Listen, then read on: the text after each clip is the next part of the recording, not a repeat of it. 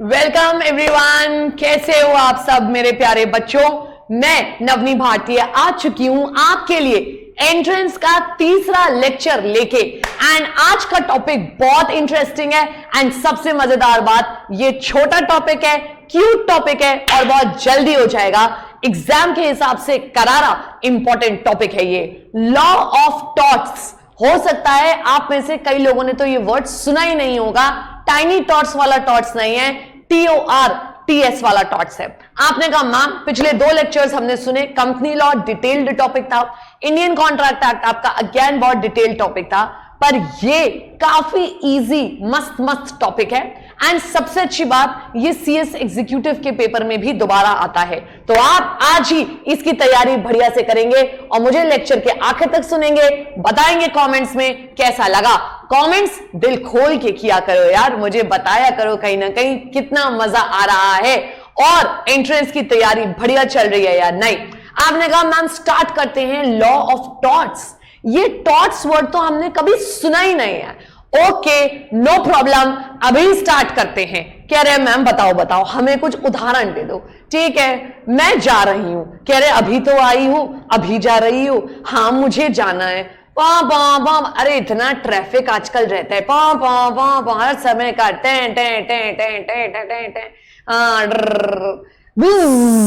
बगल से एक बहुत तेज बाइक निकली और मैंने अपनी गाड़ी का शीशा नीचे करके कहा, मैंने कहा और आपको पता है मैं एक के बाद नहीं रुकी, आप जानते हो। कह रहे हैं मैम यूपी वाले हैं, वो तो वैसे भी नहीं रुकेंगे। मैंने दी सड़क पे खड़े होके 4 खूबसूरत शब्दों की माला पहना दी उस आदमी को। मुझे बताइएगा क्या ये ऑफेंसिव है? कह रहे मैम ऑफेंसिव, ये तो मजाक है। आप 4 दो, वो पलट के 4 देगा, तब इंडिया में जाके लगता है कि हम सड़क पे निकले हुए हैं। मेरे बच्चों, ये गाली गलौज करना आप सोशल मीडिया पे, जी हां ध्यान से सुनिएगा, आप सोशल मीडिया पे किसी को जो अब्यूज करते हो, कुछ भी लिख देते हो, this all comes under torts. कह रहे मैम क्या बात कर रही हो, क्या इसके लिए कोई लॉज है? यस। एक्ट है? नहीं। पर क्या ये पनिशेबल है? हां। अगला एग्जाम्पल सुनना। आप कहोगे आपके आसपास की चीजें जो आपको महसूस ही नहीं थी कि किस जगह पे कवर होंगे लॉ में और कवर होंगे भी या नहीं। गाली गलौज करना हम करेंगे आगे जाके, डिफेम करना, किसी की बेइज्जती करना, किसी की इज्जत खराब करना, किसी बड़े आदमी, किसी बड़े डिग्निटरी की बेइज्जती करना, भाई साहब it all comes under torts. अगला एग्जाम्पल सुनना। आप क्या हुआ, आप अपना आराम से मजे से जा रहे थे, आपने देखा घर से निकलते समय आपके पड़ोसी ने एक इंडेंजर्ड एनिमल अपने घर में रख दिया है। उनके घर में शेर अब सीढ़ियों पे बंधा है, कुत्ता नहीं बंधा है, वो शेर ले आए हैं। Oh my God. हाँ कह रहे हे हंसी आनी बंद हो जाएगी जब असली शेर देखोगे। पूछो क्यों? बिकॉज उन्होंने टॉट कर दिया है आपके संग। आपने कहा उन्होंने टॉट कर दिया है, they have endangered your life. आप अगर अपने नेबर में ऐसा कुछ भी सामान रखते हो जिसकी वजह से दूसरों की लाइफ डेंजर में आ सकती है, दैट इज कंसीडर्ड एज टॉट। ये पढ़ने वाले हैं हम इस चैप्टर में। कह रहे हैं मैम मजा आएगा, गाली गलौज सड़क की बातें। आपने कहा कहीं ना कहीं ओ माय गॉड, सब बगल वाले आदमी ने शेर पाल लिया, ये भी खतरनाक बात है। बिकॉज सोचो ना यार, जब तक कुत्ता पाला हुआ था उस इंसान ने, कोई दिक्कत की बात नहीं थी। शेर पाल लिया है, आप रात को सो रहे हो, आपके घर में चुपचाप घुसा चला है शेर। छोड़ो शेर, सांप पाल लिया है, आपके घर में सरकता हुआ आ जाए सांप, पूरा एनाकोंडा घर में घूम रहा है, आप क्लास देख रहे हो, मेरी कह रही है हाँ मैं पीछे एनाकोंडा है, देख लेना, चेक कर लेना, है तो नहीं। सोच के देखो यार, ये सब पनिशेबल हैं। कह रहे हैं मैम हम ऐसे किसी का इंटेंशनली हार्म नहीं कर रहे, परंतु this all comes under taught. अगला एग्जाम्पल सुनना और आप शायद हक्के बक्के रह जाओ। इसके बाद चैप्टर हम स्टार्ट करने वाले हैं। आप स्पेशली बॉयज जो ये बातें करा करते थे ना स्कूल में, अभी 6 महीने पहले तक भी, कह रहे सुन बाहर मिलियो, बाहर मिल, तेरे को देख लूंगा। भाई साहब दिस इज ऑल्सो टॉट। कह रहे मैम ओ माय गॉड, इसका भी कुछ लीगल वो है? यस। आप किसी को ऐसे डरा धमका नहीं सकते। This all comes under taught. और इसी इन एग्जाम्पल्स के संग मैं आपके संग स्टार्ट करने वाली हूं टॉट। आपने कहा मैम बताओ क्या हुआ, कहीं ना कहीं सुनना, ये अब एमसीक्यू के हिसाब से बहुत करे इंपॉर्टेंट वर्ड्स हैं। द वर्ड टॉट derives from the word tortum. Tortum word से ये डिराइव हुआ है, जो इसका ओरिजिनल लैटिन वर्ड है that is tortum. And the word टॉट itself means civil wrong. It is very different from criminal wrong. आपने किसी का गला नहीं काटा है, आपने किसी के यहां चोरी डकैती नहीं करी है, आप कोई बहुत बड़ा फ्रॉड प्लान नहीं कर रहे हो, आप गवर्नमेंट को धोखा नहीं दे रहे हो, परंतु ये छोटे मसले भी तो कवर होने चाहिए ना। आप प्रैक्टिकली सोच के देखो, अगर इस तरीके से हम इन चीजों को कवर ना करें, मैंने आपको 3 एग्जांपल्स दिए, कहीं ना कहीं अगर आप सड़क पे अब्यूज कर रहे हो, या सड़क पे तो एक एग्जांपल हो गया अब्यूज कर रहे हो, isn't it bad? Isn't it civil तौर पे बुरा नहीं है? आप मुझे सोच के बताइएगा। आपने कहा मैम बिल्कुल बुरा है, बिल्कुल खराब बात है ये तो। अगली बात मुझे बताइए सोच के, आपने कहा कि मैम हमने अपने घर में इंडेंजर्ड एनिमल पाल लिया। जानवर को तो जो रिस्क है वो है ही, परंतु आपको कितना रिस्क है आप सोच के देखिए। आप नेबर में रहते हो और बगल वाला इंसान अपने घर में कुछ भी करे, ये सही बात नहीं है। थर्ड, मैंने आपसे कहा आप किसी को धमका रहे हो। आप सिविल तौर पे देखो, किसी इंसान को डर लगना स्टार्ट हो गया है। That is why the word टॉट मीन्स सिविल रॉन्ग। आप जल्दी से मेरे संग रिपीट करेंगे, टॉट वर्ड कहां से डिराइव हुआ है? टॉटम से। एंड टॉटम वर्ड आपका कहीं ना कहीं क्या मीन करता है? It means civil wrong and it is very different from the criminal wrong. ठीक है, आप देखें कहां गए हम लोग, आ गए। The word taught in French equivalent of English word is called as wrong। अभी हम इवेंचुअली आगे पढ़ेंगे, आप नीचे आइएगा, सेक्शन 2M पे आइएगा। सेक्शन इंपॉर्टेंट नहीं है लिमिटेशन एक्ट का, पर आप देखिएगा word taught means a civil wrong। नहीं दिख रहा है आपको? ये देख लीजिए, अब दिख रहा है? ठीक है। Tort means a civil wrong which is not exclusively a breach of contract or breach of trust। हमने इंडियन कॉन्ट्रैक्ट एक्ट पढ़ लिया बेटा, और आप जानते हो कॉन्ट्रैक्ट का ब्रीच करना एक अलग चीज होती है। बिल्कुल कोई कॉन्ट्रैक्ट नहीं है, कोई ट्रस्ट नहीं है, सड़क पे राह चलता आदमी को हम जानते भी नहीं है, पड़ोसी से हम अपने बात करते नहीं है, देयर इज नो ट्रस्ट और there is no contract kind of thing जिसका ब्रीच हो रहा है। इट्स नॉट समथिंग जो और इंडियन कॉन्ट्रैक्ट एक्ट वगैरह करते हैं, बट फिर भी इसे हम क्या मान के चलते हैं? Civil wrong. तो अगर आज की डेट में आपसे कोई पूछे टॉट क्या है, सिविल रॉन्ग है। ओरिजिनली जब वर्ड डिराइव हुआ था तब it used to mean wrong, but now we only cover civil wrong. ठीक है, अगला देखिएगा, थर्ड लाइन में ऊपर वाले पैराग्राफ में देखिएगा, बट एवरी रॉन्ग और wrongful act is not a taught. मैं आपको इस लाइन का मतलब समझाती हूं, वैसे आगे भी कराऊंगी। ये बात सुनिए ध्यान से कि यार सारी चीजें टॉट्स नहीं है। एक्चुअली इन्होंने ना क्या किया है, इतने सालों में over the period of time torts की एक लिमिट बना दिया। लाइक कुछ पर्टिकुलर चीजें हैं जो हम इस यूनिट के आखिर तक करेंगे कि ये चीजें आपकी टॉट मानी जाती है। Like they are considered to be torts. There will be 2 types of torts and उन 2 कैटेगरीज में जो भी कवर किए जाते हैं बस वही टॉट्स है अभी के लिए। अभी इसमें कोई लिस्ट में इंक्रीमेंट नहीं हुआ है। कह रहे मैम समय के संग बढ़ाया जा सकता है, बिल्कुल बढ़ाया जा सकता है, but right now you can not say that all the kinds of wrongs are considered as torts. A lot of things are covered under torts but not everything is टॉट। सारे गलत चीजें टॉट नहीं है, बट टॉट्स जो हैं वो जितने टॉट्स हैं वो सब रॉन्ग हैं। ये वही बात हो गई जैसे मैंने आपको बताई थी इंडियन कॉन्ट्रैक्ट एक्ट में, all contracts are agreements but all agreements are not contracts. Right, ये याद नहीं है तो पिछले से पिछली वीडियो में, फर्स्ट वीडियो में जरूर से जाके आप देखिएगा। फर्स्ट वीडियो थी, सेकेंड वीडियो थी, आई एम सॉरी, ठीक है ना। हाँ जी, पिछली 2 वीडियोस कंपनी लॉ और इंडियन कॉन्ट्रैक्ट एक्ट पे आई हैं, तो उसमें जरूर से एक बार जाके देखिएगा, आपको ये टॉपिक मिल जाएगा।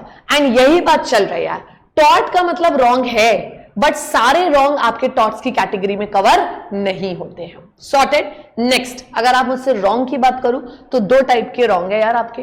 एक हो गया सिविल रॉन्ग, एक हो गया क्रिमिनल रॉन्ग। क्रिमिनल रॉन्ग के बारे में तो इस चैप्टर में हम बिल्कुल भी बात नहीं करेंगे, ठीक है। एंड रॉन्ग्स आपके पब्लिक भी हो सकते हैं, जो पब्लिकली किया जाए, एंड प्राइवेट भी ऑफ कोर्स हो सकते हैं। So we have like civil wrong, criminal wrong, publicly done wrong and private wrong, right. But टॉट वर्ड का मतलब ओरिजिनली था रॉन्ग एंड अब इसका मतलब है सिविल रॉन्ग। आपने कहा मैम एमसीक्यू में मान लो दोनों ऑप्शन आ गए, तो ऐसा हो नहीं सकता, हो नहीं सकता। टॉट का वो ऐसे दे सकते हैं, टॉट as per section 2M of limitation act means A civil wrong, B criminal wrong, ठीक है। So you know the answer, it is going to be civil only, ठीक। आपने कहा मैम ठीक है, everybody is okay with this, okay.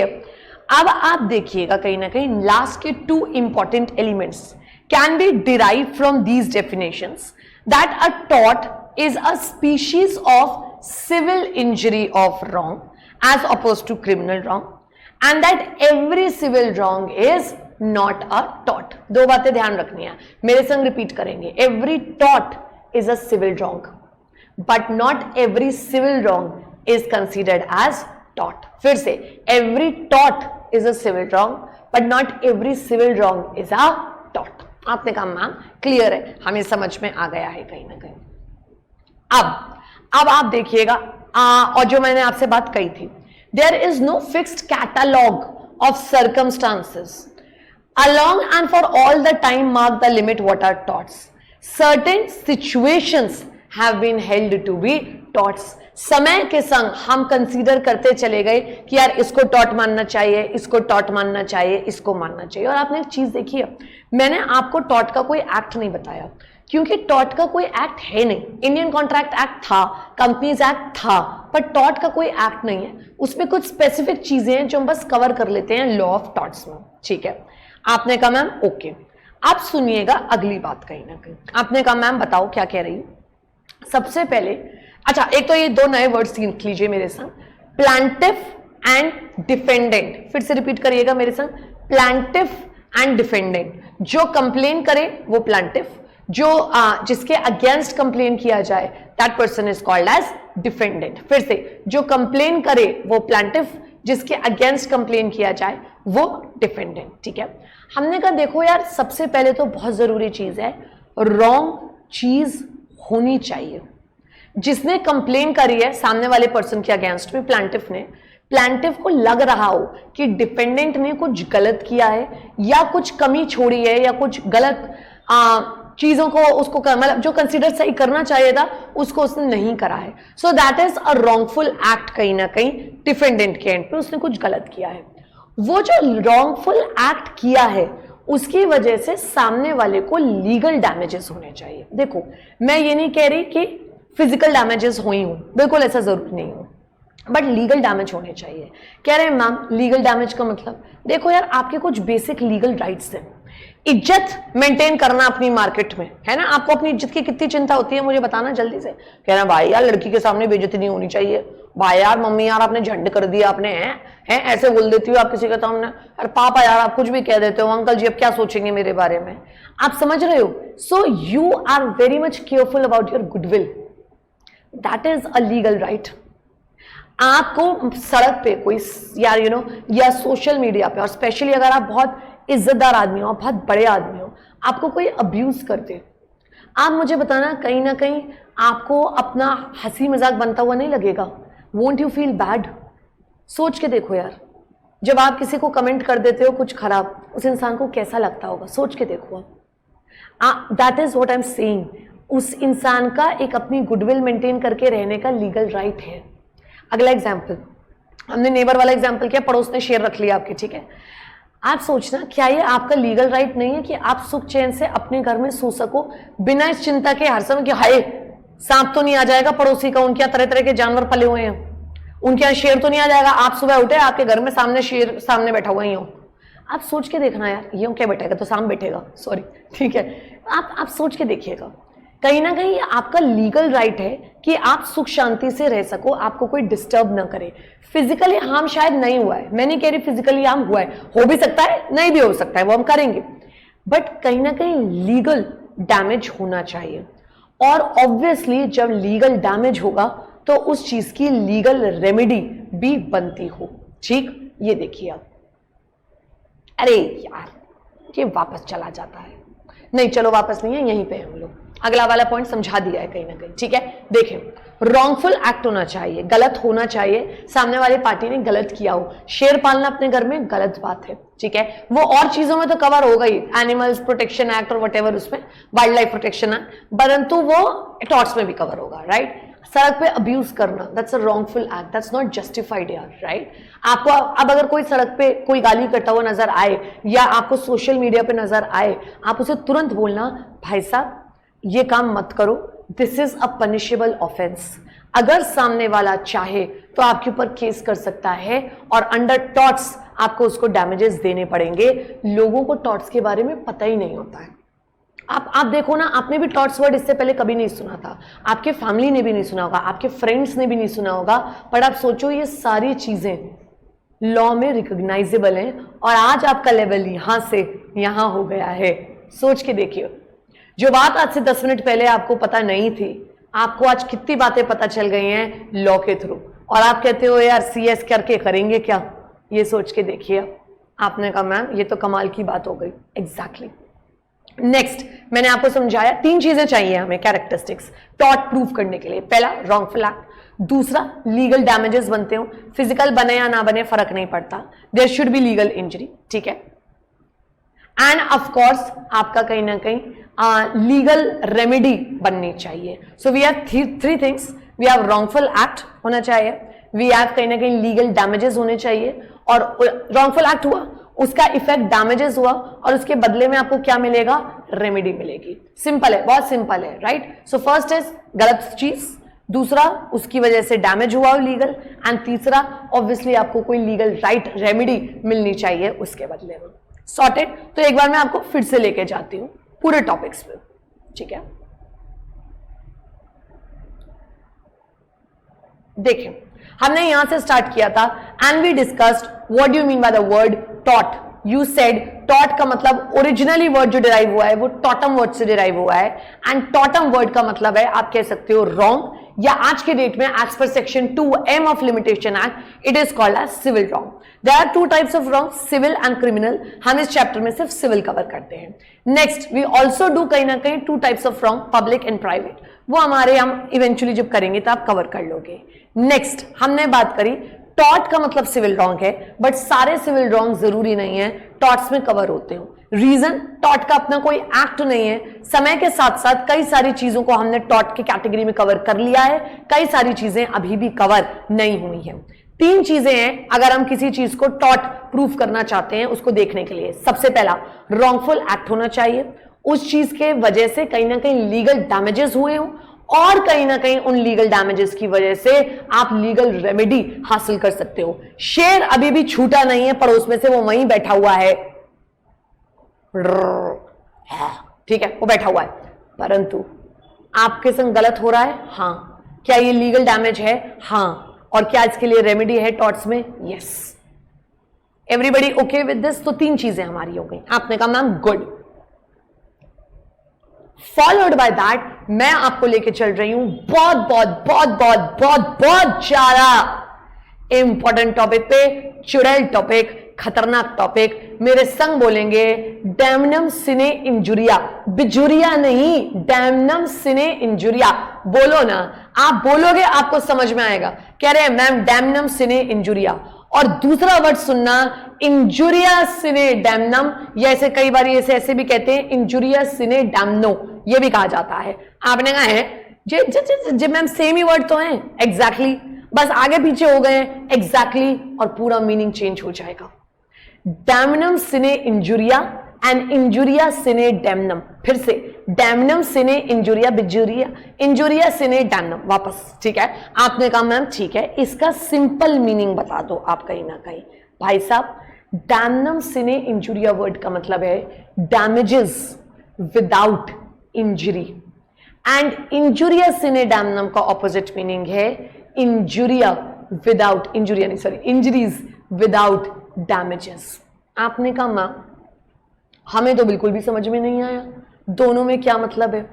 Damnum sine इंजुरिया, आप simple words में divide करना। डैमनम मतलब डैमेज, यानी आपको हार्म या लॉस हुआ है in terms of respect, in terms of goods, in terms of money, in terms of health, कहीं ना कहीं उस टाइप की बात हुई है।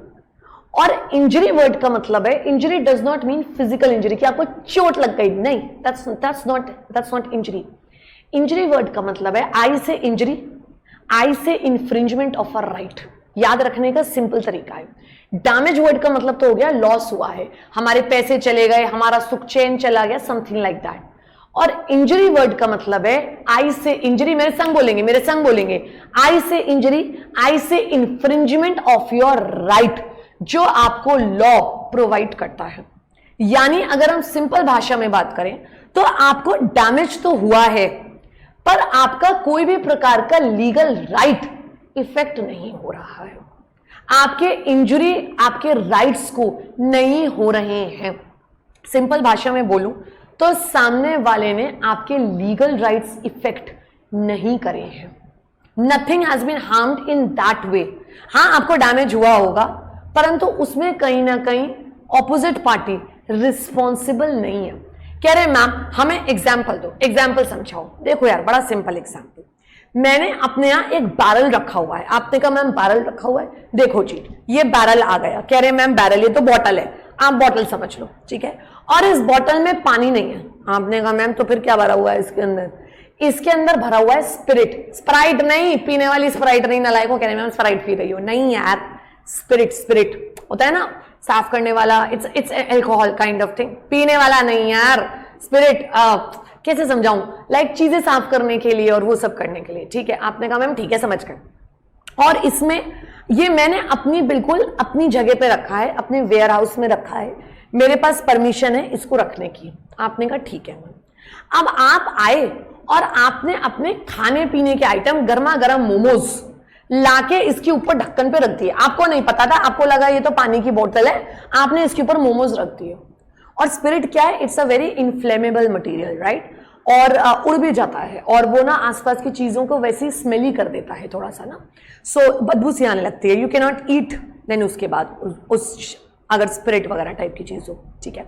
अब आपने ये रात भर मोमोज इस पे छोड़ दिए, और वो मोमोज अगले दिन जब आप आए वो ऑब्वियसली खराब हो चुके थे, डैमेज्ड हो चुके थे, इसके ऊपर रख के।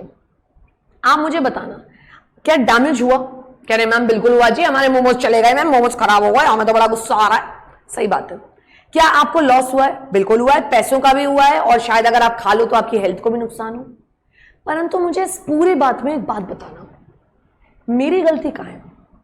Where am I at mistake? What have I done? आपने कहा तो सही कह रही हूं मैम आप, बिल्कुल आपकी तो इसमें कोई गलती नहीं है। मैंने बैरल वहां रखा था जहां ये रखना जाता है, मैंने अपने वेयर हाउस में रखा है, बिल्कुल संभाल के रखा है। आप आए, आपने उसके ऊपर कहीं ना कहीं इस तरीके से मोमोज रख दिए, मोमोज ही रखने की जगह थी नहीं। आपको डैमेज तो हुआ है, पर इंजरी कहां हुई है? लीगल राइट कहां इफेक्ट हो रहा है?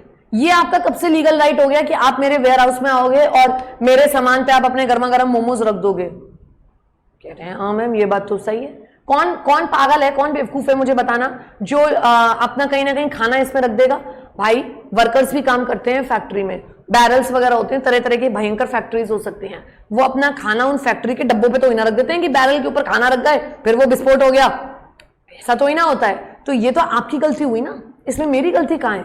आपको डैमेज हुआ, मैंने माना, आपको डैमेज मेरे वेयर हाउस में हुआ, ये भी मैंने माना, बट यार आप सोच के देखो इसमें कहीं ना कहीं मेरी क्या गलती है?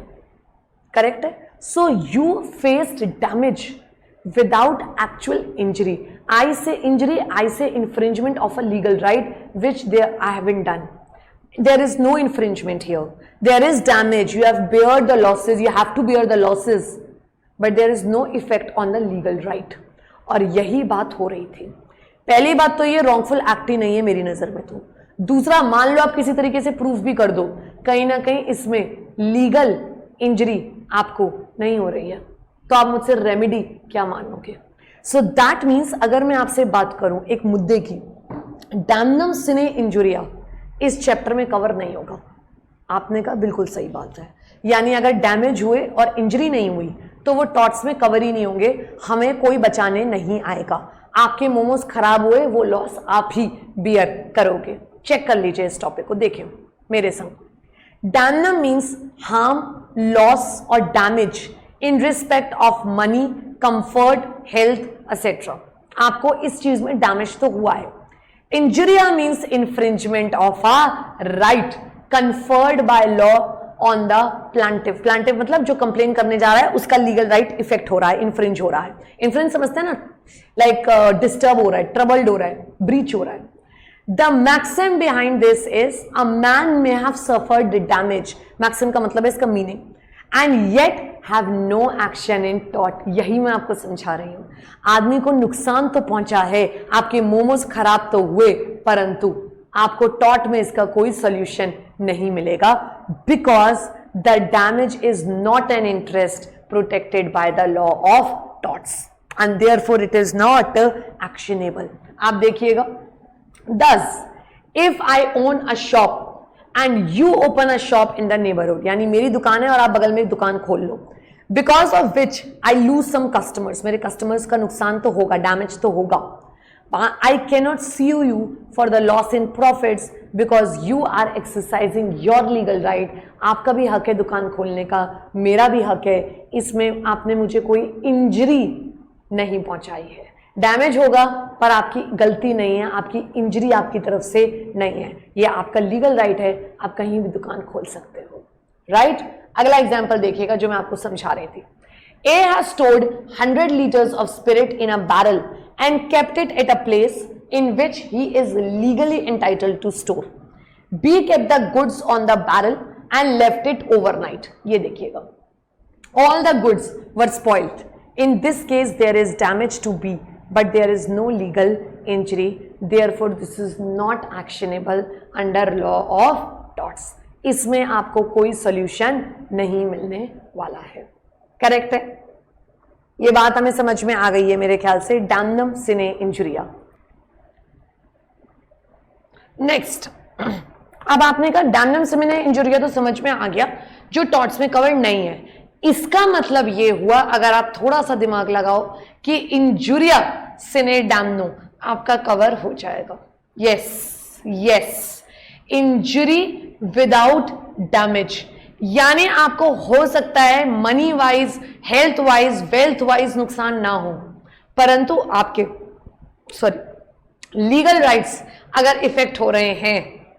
आप देखना, मैंने आपको जो एग्जांपल दिया, अभी शेर बगल वालों ने सिर्फ रखा है, आपके घर आया नहीं है, यानी आपको डैमेज नहीं हुआ है, बट आपका सुख चैन, लीगल राइट इफेक्ट हुआ है।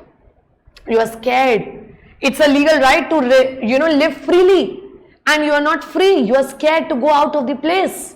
अगला एग्जांपल सुनना, आपने अपने जो दोस्त को डराया था ना कि ए बाहर मिली मेरे को, तेरे को देखता हूं, आपने अभी उसको हार्म करा नहीं है, बट आपने उसके दिमाग में ये बात डाल दी है कि शायद आप उसे हार्म करो, एंड उसका ये right to live freely effect हो रहा है। That is injury, you are infringing someone's legal right, whether उसको डैमेज हो या ना हो। मेरे बच्चे, ये टॉट में कवर किया जाता है। सो मजेदार बात यह है, आपको चेक करना है legal right over any other right. अगर लीगल राइट इफेक्टेड है, कवर होगा, लीगल राइट इफेक्टेड नहीं है, कवर नहीं होगा। That is the beauty of this particular thing. समझ में आता है अपने को ये बात? आपने कहा मैम बिल्कुल समझ में आ गई ये वाली बात, ठीक। सो आप देखिएगा, लिखा हुआ है साफ साफ, it means injury without damage, यानी कहीं ना कहीं आपको डैमेज फिजिकली हुआ या नहीं, बट आपके राइट्स इफेक्टेड हुए। That is where there is no damage resulted yet it is a wrong in the tort, then it is infringement of legal right and it can be sued in the tort। Correct है। आप example देखिएगा, A casted his vote in the election, A ने vote किया, the returning officer, जो भी वहां officer बैठा था, he cancelled his vote illegally, उसने उसके वोट illegally कैंसिल कर दिया। The action did not affect the election, एक कैंडिडेट के वोट से क्या ही फर्क पड़ता है, सोच के देखिए। But how can somebody cancel the vote, ये तो आपका हक है ना, आपको फर्क क्या पड़ा? कुछ नहीं, बट क्या आपका लीगल राइट इफेक्ट हुआ? हाँ जी। This is the beauty, yes there is legal injury in this case and hence A can take action in the torts। so अगर मैं आपसे बात करूं, ठीक है, damnum सिने इंजुरिया, क्या इसको टॉट्स में कवर करेंगे? नहीं, परंतु हमारे इस वाले टॉपिक को जो अभी अभी हमने कहा ये कवर्ड रहेगा। क्या ये बात हमें समझ में आती है? बिल्कुल मैम। डैमनम सिने इंजुरिया कवर नहीं होगा, इंजुरिया सिने डैमनो आपका कवर होगा। सॉर्टेड? आपने कहा मैम बिल्कुल, this is a very very important topic exam की नजर से। आप प्लीज इसके आगे 4 चुड़ैल बना लीजिएगा, मैं एक ही बना देती हूं, ठीक है? This is important. गुड, आपने कहा मैम ओके।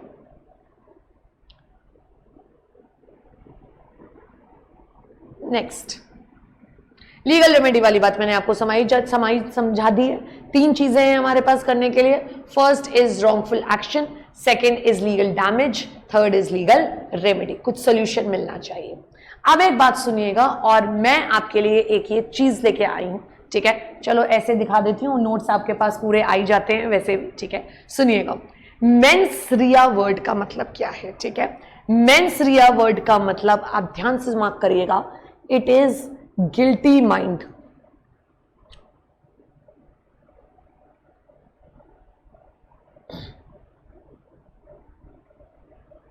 आपने कहा मैम ठीक है, what do you mean bye guilty mind? ये देखिए, गिल्टी माइंड। आपने कहा मैम ठीक है, गिल्टी माइंड क्या जरूरी है मेंस रिया में? मैं आपको एक वर्ड समझाती हूं। ये जो दिया है ना मेंस रिया, ये कायदे से आप टेक्निकली पढ़ते हो क्रिमिनल प्रोसीजर कोड में। जब आप सीएस एग्जीक्यूटिव में जाओगे, जूरिस्प्रूडेंस पहला पेपर पढ़ोगे, आपको प्यारे आपके दिव्य सर पढ़ाएंगे जी, वो पढ़ाते हैं जूरिस्प्रूडेंस कहीं ना कहीं, तब आपको वो बताएंगे कि मेंस रिया वर्ड क्रिमिनल प्रोसीजर कोड में, सीआरपीसी में यूज किया जाता है। आपने कहा मैम ठीक है, बिल्कुल ठीक है। उसमें हम देखते हैं कि क्राइम का इंटेंशन है कि नहीं है। आपने कहा ठीक बात है मैम, बिल्कुल। अगर मान लीजिए, मैं आपको 2 एग्जांपल देती हूं मेंस रिया के, आपको समझ में आएंगे। आप सड़क पे जा रहे थे, ठीक है? लेट्स से आप एक महिला हैं, लेट्स से, एंड आप सड़क पे जा रही थी और आपके हाथ में एक पर्स था, ठीक? एंड बगल से कोई जना आया सामने से और उसने आपसे वो पर्स छीनने की कोशिश करी, ठीक? और आपको चोट पहुंचाई, आपके संग गलत करने की कोशिश की, आपके संग छीना झपटी करने की कोशिश की। आपने अपने आप को बचाने के लिए उस पर्स में से चाकू निकाला और टक भौंक दिया। ये एक चीज हो गई, ठीक है? दूसरा, आप सड़क पे जा रही थी पर्स टांग के, सामने से कोई भाई साहब आ रहे थे, आपको उनकी शक्ल अच्छी नहीं लगी, आपने अपने पर्स से चाकू लिया और भौंक दिया। सोच के देखिए, आपने कहा ओह माय गॉड ये क्या हुआ मैम, पिक्चर लग रही है कोई डेंजरस। एग्जैक्टली, दोनों ही केस में सामने एक लाश पड़ी है, डेड एक आदमी पड़ा है, पर आपको क्या लगता है किस केस में जेल होगी महिला को और किस केस में नहीं होगी? आपने कहा मैम पहले वाले केस में नहीं होगी बिकॉज वो सेल्फ डिफेंस है, और दूसरे वाले में होगी बिकॉज ये कोई तरीका ही नहीं है। How can you kill somebody? अगर कोई डकैती, थेफ्ट और मर्डर जैसे प्लान करता है चीजें, ऑब्वियसली वो पनिशेबल है बिकॉज आप वहां गिल्टी माइंड से होते हो। That is required in criminal cases. आपका इंटेंशन सामने वाले को हार्म पहुंचाने का था, दैट इज मेंस रिया। और टॉर्ट्स चैप्टर में मेंस रिया का कहीं कोई लॉजिक नहीं है। सामने वाला, बगल वाला जो इंसान शेर लेके आ गया है ना, उसका इंटेंशन नहीं है आपको नुकसान पहुंचाने का, बिल्कुल नहीं है उसका इंटेंशन। हो भी सकता है, नहीं भी हो सकता है। आपने अपने दोस्त को कहा मैं तेरे को मारूंगा, बाहर मिल, आपका इंटेंशन है हर्ट करने का। अब्यूज आप किसी को कर रहे हो, आपका शायद हर्ट करने का इंटेंशन नहीं है, आप बस गुस्से में हो, आप बोल रहे हो। सो इन टॉर्ट्स सिविल रॉन्ग में आपके मेंस रिया का कोई रोल नहीं है। It might be a possibility कि कहीं ना कहीं आपने क्रिमिनल माइंड से कुछ किया है, and it might be a possibility नहीं किया है। It doesn't matter, it shall be covered under torts. अगर मैं मुद्दे की बात करूं तो एक सिंपल बात याद रखिएगा, the act itself creates no guilt in the absence of a guilty mind. ये इसके ना टॉर्ट्स के पीछे की एक बात है, जनरल प्रिंसिपल नॉर्मल की। Acts non facet रियम निसी mains seats रिया, कह रहे हैं इसको याद करना है, बिल्कुल नहीं करना है, ठीक है? Normally tort sorry normally mains रिया देखा जाता है, बट टॉट्स में आपको देखने की जरूरत नहीं है। टॉट्स में तो आप 3 चीजें देखते हो। आपने कहा मैम कौन कौन सी? आपने वही बात जो हम पीछे पढ़ के आए थे, आपका कहीं ना कहीं एक्ट गलत होना चाहिए, उसकी वजह से आपको कहीं ना कहीं लीगल डैमेज होने चाहिए और उसके अगेंस्ट लीगल राइट होना चाहिए। इसमें आपका दिमाग क्रिमिनल है या नहीं, इस बात को देखने की कतई जरूरत नहीं है, right? So mens rea does not play, अगर मैं आपसे बात करूं, any role in the torts. आपने कहा मैम बिल्कुल समझ गए, ये वाली बात हमें समझ में आती है। और क्राइम में तो हमारा पर्पस ही यही है कि हम पनिश करने की कोशिश करें जिसने गलत कर दिया है। सॉर्टेड अपने को? आपने कहा मैम बिल्कुल सॉर्टेड है। नेक्स्ट आगे बढ़ते हुए हम लोग difference between taught and breach of contract. Breach of contract आप इंडियन कॉन्ट्रैक्ट एक्ट पे पढ़ के आए हो। हम अपनी ड्यूटी से, अपने परफॉर्मेंस से ब्रीच कर रहे हैं। टॉट में ऐसा कुछ भी नहीं हो रहा है, बस इतना कर लीजिए, इससे ज्यादा परेशान होने की जरूरत नहीं है। आप चाहें तो पढ़ भी लीजिए। Breach of duty which is fixed by law, वो टॉट है, and breach of contract is a breach of duty which is fixed by the contracting parties. Taught में तो कोई कॉन्ट्रैक्ट होता ही नहीं है, पड़ोसी से कोई कॉन्ट्रैक्ट नहीं है, मैंने आपको इनिशियली बताया। Here the damages are generally unliquidated and are determined by the court. Unliquidated का मतलब हुआ पैसों के टर्म्स में जरूरी नहीं है डैमेजेस हो। फॉर एग्जाम्पल, शेयर आपके पड़ोस ने पाल लिया, आप उसके बदले में पैसे तो ही ना मांगोगे यार। आप क्या मांगोगे मुझे सोच के बताना, सोच के बताओ, जल्दी से बताओ। आप कहोगे यार मैम वो शेयर ले जाए अपना, छोड़ा है जंगल में, हमें वही चाहिए, हमें पैसे नहीं चाहिए। आपके दोस्त ने कहा कि यार ये हमें धमका रहा है, उसको क्या चाहिए होगा? उसको पैसे तो ही ना चाहिए, उसको तो ये चाहिए कि आप धमकाना बंद कर दो। सड़क पे जिसको आपने अब्यूज किया, किसी बड़े फिल्म स्टार को आपने अब्यूज किया, किसी बहुत बड़े डिग्निटरी को अब्यूज किया, उसको ये तो ही ना चाहिए कि आप उसे पैसे दो, उस पे पैसों की कोई कमी है? उसको चाहिए कि आप भरी सभा में, मार्केट में पब्लिकली माफी मांगो। So it is unliquidated damages. हर चीज पैसों में तोली नहीं जा सकती, और टॉट्स की यही खास बात है, ठीक है? सो टॉट डिफरेंट है क्राइम से, एंड टॉट डिफरेंट है बिल्कुल ब्रीच ऑफ कॉन्ट्रैक्ट से। समझ में आता है अपने को? मस्त। आपने कहा ma'am okay. Kinds of tortures liability पे मैं आपके संग पढ़ रही हूं, एंड ध्यान से सुनिएगा मेरी बातों को। आपने कहा मैम अगर 1 मिनट का क्विक रिवीजन हो जाता, 1 मिनट क्विक रिवीजन, बिल्कुल हो जाएगा जी। मेरी क्लास की खास बात ही है, आप पढ़ो पढ़ो पढ़ो, साथ में रिवीजन करो करो करो। अरे मैम, और क्लास में ही याद करो करो करो। जिसने भी ये देखा वीडियो पूरा, उसका कहीं ना कहीं हुआ सिलेबस भी पूरा। कुछ नहीं रहेगा आपका अधूरा, अगर बैठे हो नवनी भारतीय के संग करने अपना सिलेबस पूरा। आपने कहा मैम आपकी पोएम तो बड़ी खराब है, बस पोएम ही खराब है, परंतु साथ में पढ़ाती सही सही हूं, आपके भेजे में चला जाए इतना पढ़ाती हूं। हिंदी में पढ़ाना मैंडेटरी है, बिकॉज उसके बिना आपको समझ नहीं आएगा, और मेरे को इंग्लिश में एकदम कटर कटर टपर टपर बोलने में मजा नहीं आएगा, मजा देशी भाषा में। आपने की मैम क्विक हो जाए, ऑल राइट। टॉट का कोई एक्ट? नो मैम, टॉट लॉ है। हाँ जी, कैसे बेसिस पे बना है? सालों साल जो इकट्ठे होते गई हैं चीजें, वो सब टॉट की कैटेगरी आ गई है। क्या सब कुछ अभी आया है? नहीं मैम, बहुत चीजें शायद रह गई हैं। The word taught is derived from the Latin word totum, which means wrong, but now as per section 2M of Limitation Act 1963, the word tort means a civil wrong. All civil wrongs are not torts, but all torts are civil wrongs. फिर से, all torts are civil wrongs, but all civil wrongs are not torts. आप किसी को TC बोलते हो, torts civil wrongs नहीं, सब के सब। टेक केयर बोलते हो, CT किसी को नहीं बोलते हो। आपने कहा मैम वेरी गुड, याद हो गया। नेक्स्ट बात मैंने आपसे करी, टॉट प्रूफ करने के लिए 3 चीजें होना मैंडेटरी है। Wrongful act by the defendant होना मैंडेटरी है, जिसके ऊपर प्लांटिफ इल्जाम लगा रहा है। लीगल, उसके लिए कहीं ना कहीं डैमेज हुआ हो उसकी वजह से, एंड थर्ड उसकी लीगल रेमेडी अवेलेबल हो, कोई सोल्यूशन अवेलेबल हो। सो रॉन्गफुल एक्ट, डैमेज हुआ हो आपको, रॉन्गफुल एक्ट का इंजरी हुई हो बेसिकली काइंड ऑफ, एंड आपको कहीं ना कहीं लीगल उसका कुछ रेमेडी मिल जाए। नेक्स्ट 2 बहुत इंपॉर्टेंट बात करा के मैं आपको लेके आई, damnum sine injuria and injuria sine damno. Damage without injury and injury without damages. पहली वाली चीज आपके टॉर्ट्स में कवर नहीं होती, यानी भले ही डैमेज हुए हैं, पैसे का लॉस हुआ है, पर इंजरी नहीं हुई। आई से इंजरी, आई से infringement of a legal right अगर नहीं हुआ है तो आपको कहीं ना कहीं हम टॉर्ट्स में कवर नहीं करेंगे। एग्जाम्पल, हमारे बैरल वाला एग्जाम्पल जिसमें आप अपने मोमोज छोड़ गए थे, याद रहेगा। दूसरा वाला एग्जाम्पल कहीं ना कहीं जो दिया हुआ है, आपने मेरे घर के बगल में ही दुकान खोल ली। नेक्स्ट, हाउएवर इंजुरिया सिने डैमनो में इंजरी हुई है, शेर पाल लिया है बगल वाले ने, शेर घुसा नहीं है आपके घर में, पर आपको कहीं ना कहीं इंजरी हुई है, विदाउट डैमेजेस भी आप इसको टॉर्ट में कवर कर सकते हो। आपने किसी को अब्यूज किया, उसको ऐसे अदरवाइज कोई डैमेज नहीं हुआ, बट ये उसका लीगल राइट इफेक्ट हुआ है, वो आपके ऊपर टॉर्ट क्लेम कर सकता है।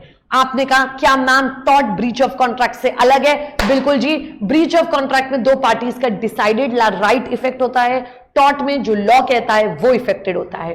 ब्रीच ऑफ कॉन्ट्रैक्ट में डैमेजेस मिलते हैं as decided in the contract, torts में मिलते हैं आपके अनलिक्विडेटेड डैमेजेस, यानी पैसों में नपते नहीं है। नेक्स्ट, मेंस रिया टॉर्ट्स में हो या ना हो उस बात से फर्क नहीं पड़ता। मेंस रिया का मतलब आदमी और रिया नहीं है, मेंस रिया का मतलब है कहीं ना कहीं क्रिमिनल माइंड, गिल्टी माइंड, आप क्राइम करना चाहते थे। इस बात को हम यहां पे कंसीडर करते ही नहीं है, जो क्रिमिनल प्रोसीजर कोड में कवर किया जाता है। यह हुआ आपका क्विक 2 मिनट्स का रिवीजन। जल्दी से आगे बढ़ते हैं काइंड्स ऑफ टॉर्चर्स लायबिलिटी पे। आपने कहा मैम बताओ जी, 3 टाइप की लायबिलिटीज हम कवर करने वाले हैं। One is strict और absolute liability. Second is vicarious liability. Vicarious word का मैं आपको मतलब समझा दूं, it means कहीं ना कहीं आपने गलती नहीं करी है, आपकी वजह से, आपके बिहाफ पे किसी ने कुछ करा है और अब आपको उसका भुगतान करना पड़ेगा, यानी हम लायबल नहीं थे, हमने गलती नहीं की, बट अब लायबल है, अब हमें लायबिलिटी बियर करनी पड़ेगी कहीं ना कहीं। एंड स्ट्रिक्ट और एब्सोल्यूट लायबिलिटी में तो जो पर्सन ने गलत किया है, पर्टिकुलर पर्सन ने, वही लायबल होता है। आपने कहा मैम ठीक है, सॉर्टेड है, आई थिंक समझने में आ रहा होगा आपको ये। सो विकेरियस लायबिलिटी किसी और की गलती और सजा कोई और भुगतेगा, और स्ट्रिक्ट लायबिलिटी तो जिसने गलती करी है वही भुगतेगा।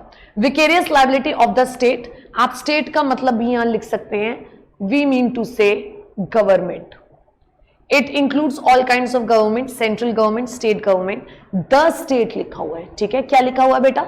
The state. द स्टेट का मतलब होता है द गवर्नमेंट, राइट, उस बारे में बात हो रही है, ना कि स्मॉल स्टेट वर्ड नहीं लिखा, ये नहीं लिखा हुआ है, ठीक है, वो होता state government. So the state का मतलब है गवर्नमेंट ओवरऑल। आपने कहा मैम ठीक है, आप स्टार्ट तो करो हमारे संग। एक्चुअली एक बहुत पॉपुलर केस स्टडी है हमारी इसमें। आपने कहा मैम ठीक है, हम सुनने को तैयार है, and that is often known as Ryland versus Fletcher. वो मैं अभी आपको दिखाती हूं कहीं ना कहीं। आपने कहा मैम ठीक है, बताओ, सुनो।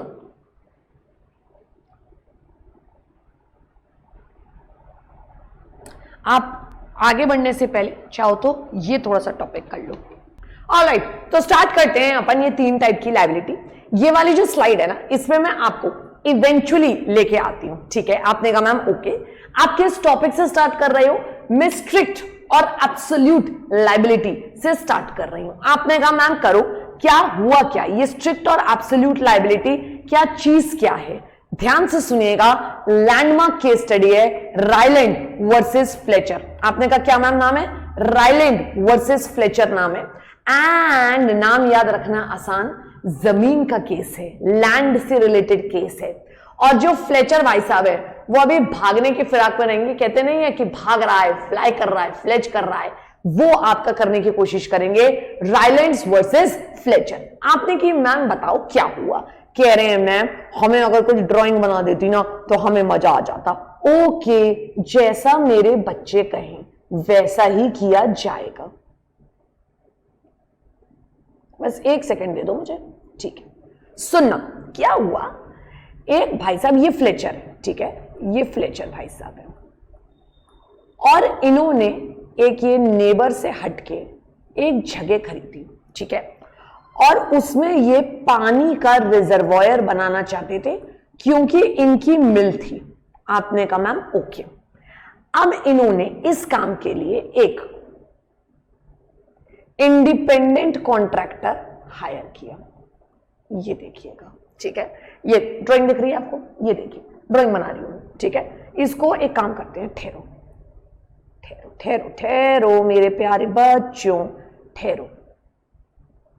इसको हम उठा के इधर ले आते हैं, ठीक है, यहां आपको मस्त दिखेगा। तो ये रहा फ्लेचर भाई साहब का रिजर्वॉयर। फ्लेचर, उन्होंने एक मिल के लिए जगह खरीदी, मिल, और वो इसमें पानी भरवाना चाहते थे। उन्होंने इस पानी भरवाने के काम के लिए एक इंडिपेंडेंट कॉन्ट्रैक्टर हायर किया, जिसका काम यह था कि जमीन चेक करेगा और कहीं ना कहीं उसमें रिजर्वॉयर में पानी भर देगा। आपने कहा मैम ओके। अब क्या हुआ, ऐसा लग रहा था कि इंडिपेंडेंट कॉन्ट्रैक्टर बहुत होशियार है, ठीक है।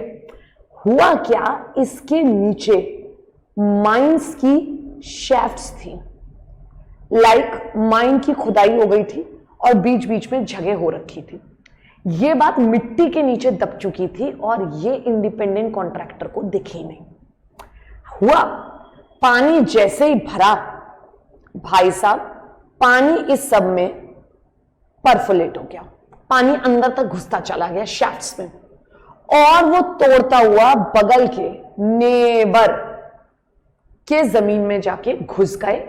उनकी पूरी की पूरी जो कोल माइंस थी, कौन सी माइंस थी, कोल माइंस रायलैंड साहब की, वो खराब हो गई। ये फ्लेचर की लापरवाही की वजह से हुआ। अब रायलैंड ने कोर्ट में केस किया फ्लेचर पे और कहा कि ओए, तुम्हारी वजह से हमारे यहां पानी घुसा चला आया, तुम्हें नजर नहीं आया। फ्लेचर ने कोशिश करी ये कहने की, अरे यार हमें तो पता नहीं, इंडिपेंडेंट कॉन्ट्रैक्टर का काम था। The court said in this landmark case study, ये लैंडमार्क केस स्टडी बन गया बच्चों, ध्यान से सुनना।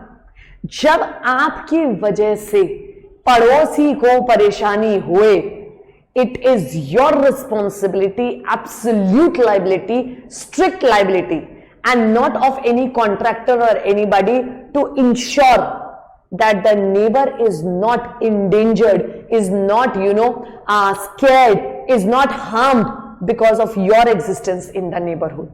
पड़ोस में 100 लोग आए, 100 लोग जाएं, पर इसका मतलब ये तो ही ना है कि हमें डिस्टर्ब करके जाएं। सोच के देखना जरा, बहुत गहरी बात है। तो your neighbour should not be risking your life. आपके लिए एक वर्ड लिख रही हूं, पेरिल्स क्रिएट ना करें। पेरिल्स मतलब डेंजर क्रिएट ना करें। तो आप समझे इस केस में क्या हुआ, कहीं ना कहीं फ्लेचर ने एक जमीन खरीदी, वहां पे वो रिजर्वॉयर बना रहा था अपने मिल के लिए। उसने उस काम के लिए पानी भरवाने के लिए एक इंडिपेंडेंट कॉन्ट्रैक्टर हायर किया। नीचे माइन शाफ्ट्स थी, ये बात इंडिपेंडेंट कॉन्ट्रैक्टर को पता नहीं चली। उसमें जैसे रिजर्वॉयर में ऊपर पानी भरा, पानी नीचे जाते हुए बगल की जमीन में घुस गया और पूरी कोल माइंस खराब कर दी रायलैंड की। रायलैंड को गुस्सा आया, ऑब्वियसली उसने केस किया, ऑब्वियसली फ्लेचर हार गया।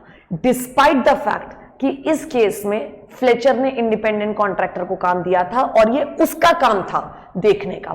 But this is the beauty of strict liability. आपने भले ही किसी से भी काम करवाया हो, इन दी एंड आप रिस्पॉन्सिबल हैं, आप रिस्पॉन्सिबल हैं। करेक्ट है? आपने कहा मैम ठीक है। देखिएगा, आपको अगले उस पे दिखेगा ये पूरी कहानी। The facts of this case were as follows. B a mill owner, ये मिल ओनर जो लिखे हुए हैं ना, अरे राम, ये जो बी अ मिल ओनर लिखे हुए हैं, ये भाई साहब आपके फ्लेचर है। आप चाहो तो यहां पे लिख लो, मैं लिख के दे रही हूं, आप नोट्स में जरूर से लिख लीजिएगा ये बात। बी जो है वो फ्लेचर है और प्लांटिव जो वर्ड आ रहा है ये रायलैंड है। ठीक है, देखिए, B a mill owner employed independent contractors who were apparently competent to construct a reservoir on his land to provide water for his mill. There were old disused mining shafts under the site of the reservoir which the contractors failed to observe because they were filled with earth. The contractors therefore did not block them.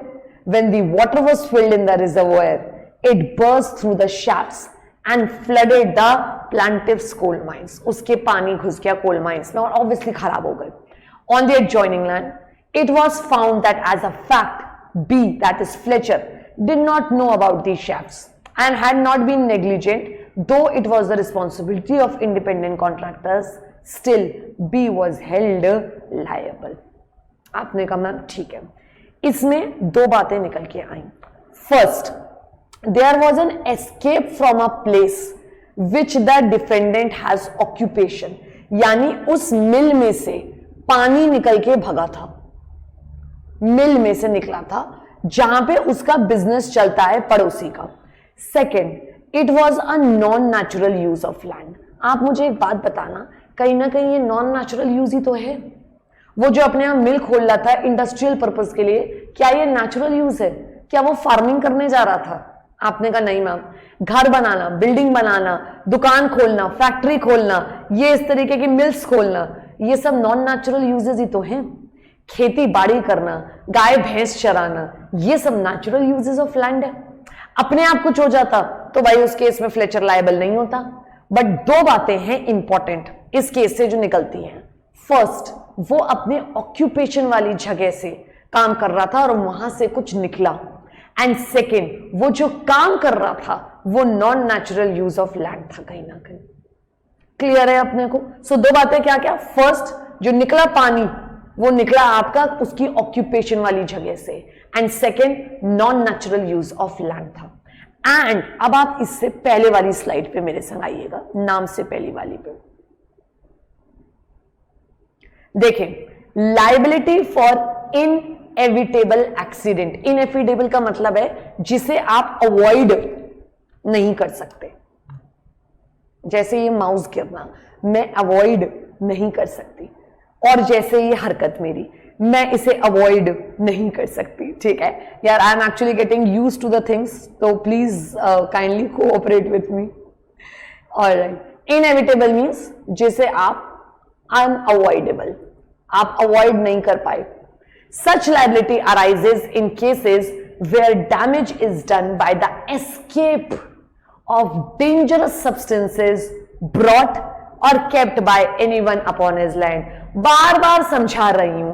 कह रहे हैं ma'am क्या समझा रही हो? देखो मेरे बच्चों, मैं एक जानवर बना रही हूं.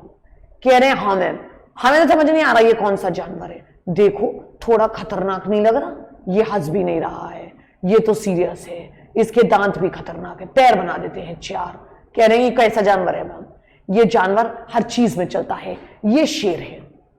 और अगर आप मुझसे कहोगे सांप बनाना है तो ये रहा सांप, ये रहा सांप. कह रहे हैं ये कैसा सांप है? मेरा तो ऐसा ही सांप है. अगर आपको क्या मतलब है मेरी ड्राइंग से? नालायक. अगर आप सांप या शेर जैसी चीजें अपने घर में रख लेते हो, कहीं ना कहीं मेरे बच्चों आप डेंजरस सब्सटेंस अपने यहां ला रहे हो.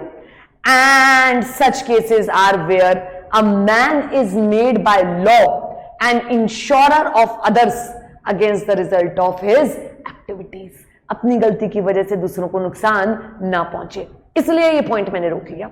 इवेंचुअली ये मैं स्लाइड कराऊंगी. सो कहीं ना कहीं आपकी लाइबिलिटी है for the inevitable accident. Ryland versus Fletcher में एग्जैक्टली यही हुआ. आपने कहा मैम एग्जैक्टली यही हुआ रायलैंड वर्सेस फ्लेचर में. फ्लेचर की लापरवाही नहीं कहेंगे, बट फिर भी उसकी जिम्मेदारी थी रायलैंड का ध्यान रखना, और उसके पानी बहने की वजह से, non natural use of land की वजह से रायलैंड को नुकसान पहुंच गया. आपने कहा मैम बिल्कुल, this is the best example of strict और एब्सोल्यूट लाइबिलिटी. आपने कहा मैम ओके, वेरी गुड. आगे बढ़ते हुए, now we have certain exceptions to the absolute liability. इन एक्सेप्शन से कि एब्सोल्यूट लाइबिलिटी आपकी नहीं आएगी, आपकी गलती नहीं मानी जाएगी.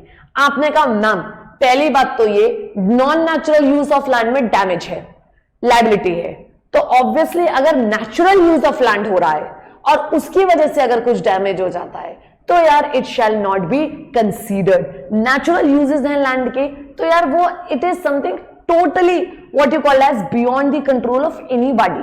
कहीं ना कहीं गॉड के प्लान्स उसमें इन्वॉल्व हो जाते हैं। मान लीजिए बाढ़ आ गई, उसकी वजह से पानी भर गया और समथिंग लाइक दैट, तो उस केस में लायबिलिटी नहीं आएगी।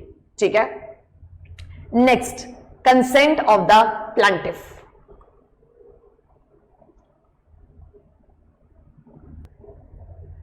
नेक्स्ट, पहला हो गया नेचुरल यूज आपने किया। सेकंड हुआ ऑलरेडी बगल वाले ने, प्लांटिफ मतलब जो कंप्लेन करता है, उसने किसी चीज के लिए कंसेंट दे दी है। ही और शी हैज अग्रीड कि हाँ कर लो, हमें कोई दिक्कत की बात नहीं है, हमें प्रॉब्लम नहीं है। कह रहे मैम एग्जाम्पल, जैसे तुम नालायक एक नंबर के कह रहे हैं, हम तो अपने पड़ोसी को कह आए कि अगली बार तू जब शेर लाए तो हमारे लिए भी एक ले आई हो। हम तो कह आए सांप पहन के जब आओ तो हमारे यहां भी सांप पहन के एकदम गले में आना, हमें बड़ा अच्छा लगेगा जब सांप आ जाए। अरे तुम खुद कंसेंट दे रहे हो, तो कल को अगर कुछ डेंजर होएगा तो ऑब्वियसली आप उससे कुछ भी क्लेम नहीं कर सकते। सो दो एग्जांपल्स हुए एक्सेप्शंस के। ये इंपॉर्टेंट टॉपिक है बेटा, ध्यान से सुनते जाना। मैं तो विद कंसेप्ट और समझा रही हूं, और मुझे पता है आप सीएस एंट्रेंस में हो और आपको फर्क नहीं पड़ता घंटा कि अरे यार इतना डिटेल में क्यों पढ़ना है, 2x पे कर देते हैं।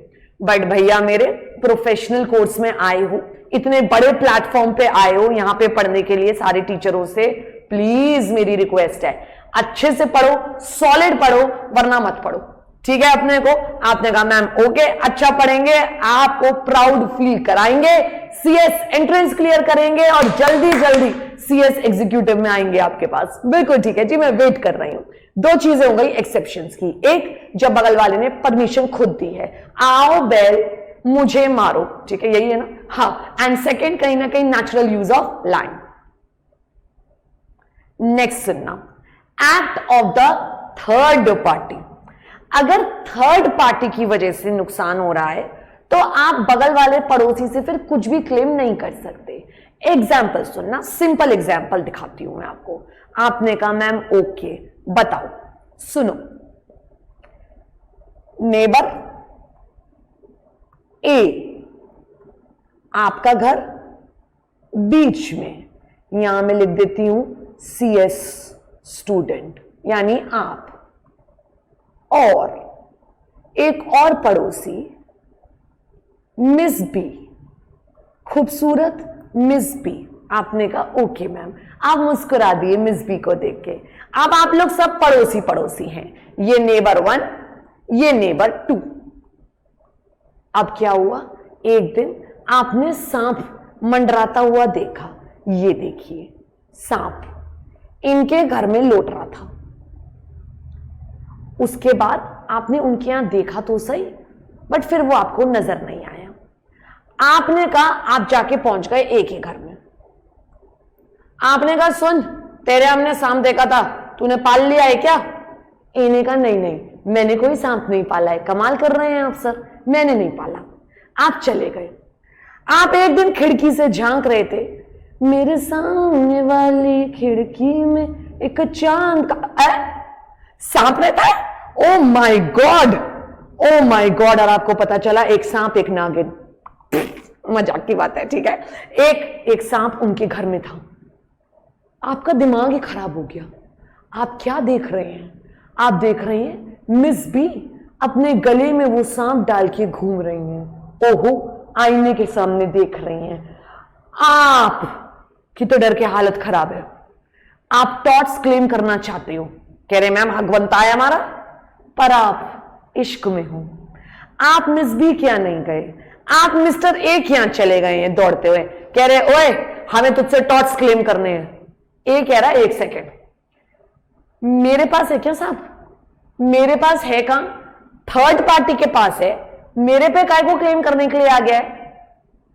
आप मुझे बताना, क्या आप ए से टॉट्स क्लेम कर सकते हैं? कह रहे हैं मैम ऑब्वियस बात है नहीं, जब उसकी वजह से नुकसान ही नहीं हो रहा तो हम उससे क्यों क्लेम करेंगे? थर्ड पार्टी से नुकसान हो रहा है, थर्ड पार्टी से क्लेम किया जाएगा। You can not claim your neighbour then, right? तो 3 एक्सेप्शन हो गए। पहला, नेचुरल यूज ऑफ लैंड की वजह से डैमेज हुआ है। सेकेंड, जल्दी बताओ, सामने वाले बगल वाले पड़ोसी ने कह दिया था, कंसेंट दे दी थी कि हाँ भैया तुम करो जो मर्जी करनी है। तीसरा आपकी act of the third party. आपने कहा हाँ मैम बिल्कुल ठीक बात है। ये हो गई 3 बातें। नेक्स्ट सुनिएगा, स्टैच्यूटरी अथॉरिटी। स्टैच्यूटरी अथॉरिटी का मतलब क्या हुआ, आपको गवर्नमेंट की वजह से नुकसान हुआ है। कह रहे हैं मैम एग्जाम्पल दो। ये केस स्टडी देखना, नाम आसान, green versus Chelsea water works and company. ठीक है, ग्रीन वर्सेस चेल्सिया, हरी भरी कहानी। ठीक है, चेल्सिया द डिफेंडेंट कंपनी यानी जो कंपनी है ये had a statutory duty to maintain continuous supply of water. वही बात हो गई जैसे जल निगम होता है हमारे यहाँ, तो उनको लगातार पानी का सप्लाई देना था। A main belonging to the company burst, main मतलब मेन लाइन टाइप की बर्स्ट हो गई without any fault on its part, as a consequence of which plaintiff's premises were flooded with water. It was held that company was not liable as the company was engaged in performing a statutory duty. अब यार pipeline फट गई तो कहीं ना कहीं इसमें कोई लाइबल नहीं है। एंड मैं आपको एक मस्त बात बताती हूँ, स्टैच्यूटरी अथॉरिटी पता है बाहर क्यों है? क्योंकि ध्यान से दिमाग लगा के सोचना,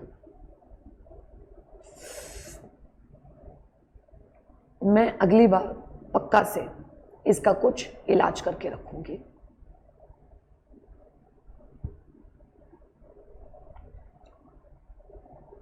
ये गवर्नमेंट है, ये क्या है? गवर्नमेंट। और गवर्नमेंट का दिमाग खराब हुआ है जो तुम्हारे नुकसानों की भरपाई करेगी।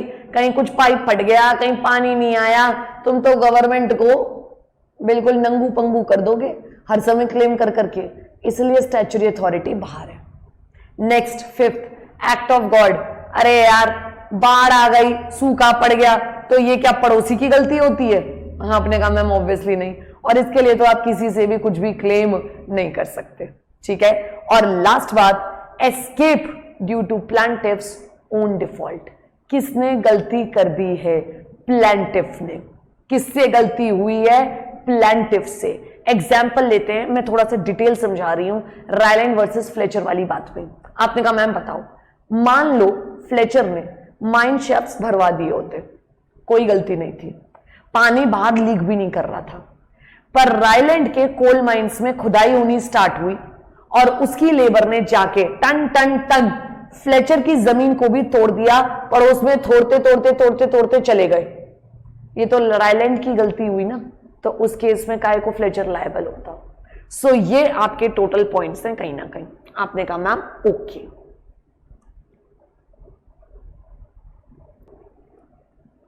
और अब एक इंपॉर्टेंट बात, रायलैंड वर्सेस फ्लेचर वाली बात अब आके सिर्फ और सिर्फ रुक गई है टू द डेंजरस इंडस्ट्रीज।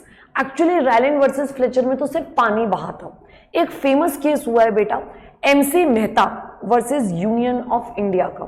तो उस केस के बाद से जो ये लोग करते हैं ना, पहाड़ों को तोड़ने का काम, माइनिंग का काम, ब्लो करने का काम माउंटेन्स को, तो उसकी वजह से आसपास को बहुत डेंजर नुकसान होता है। सो ऑन हजार्डस इंडस्ट्रीज को, डेंजरस इंडस्ट्रीज को अब स्पेसिफिकली कवर किया जाता है अंडर टॉट्स। तो इस चैप्टर में आपको 2 केस स्टडीज करनी है, एक रायलैंड वर्सेस फ्लेचर और दूसरा MC मेहता वाला केस स्टडी। ठीक है अपने को पक्का से? ओके, नेक्स्ट आगे बढ़ते हुए, vicarious liability.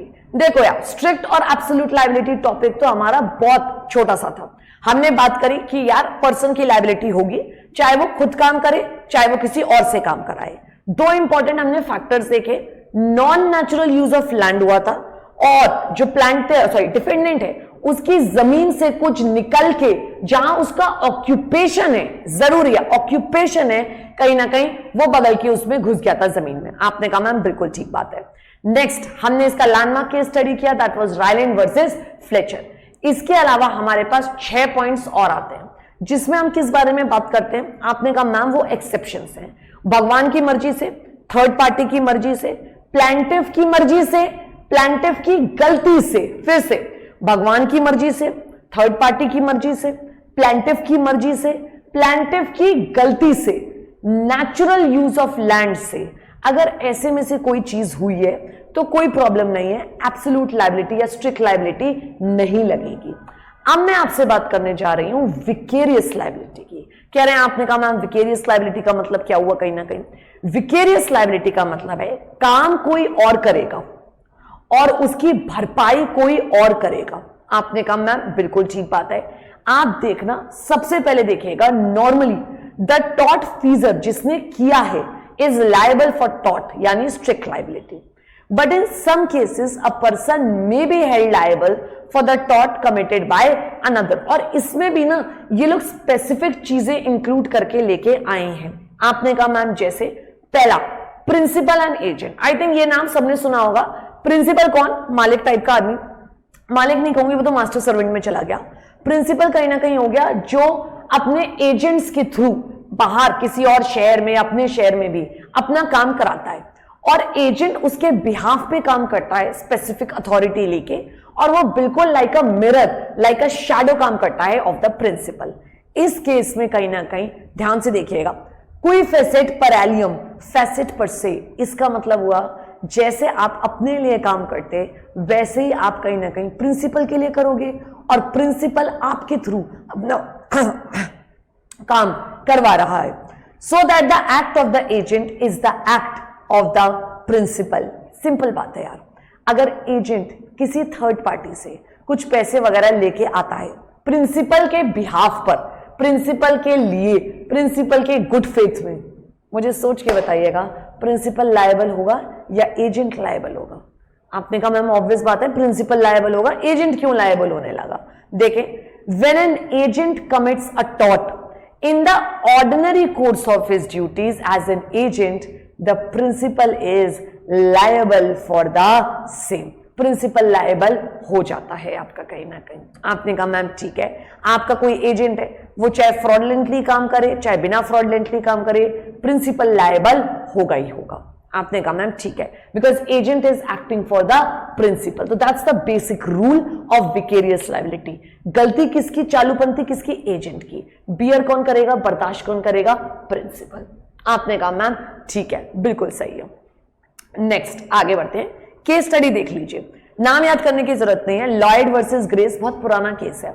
The managing clerk of a firm of solicitor, solicitor word का मतलब आप चाहें तो कहीं लिख लीजिएगा लॉयर, लॉयर होता है सॉलिसिटर वर्ड, पुराने जमाने में सॉलिसिटर वर्ड यूज होता था।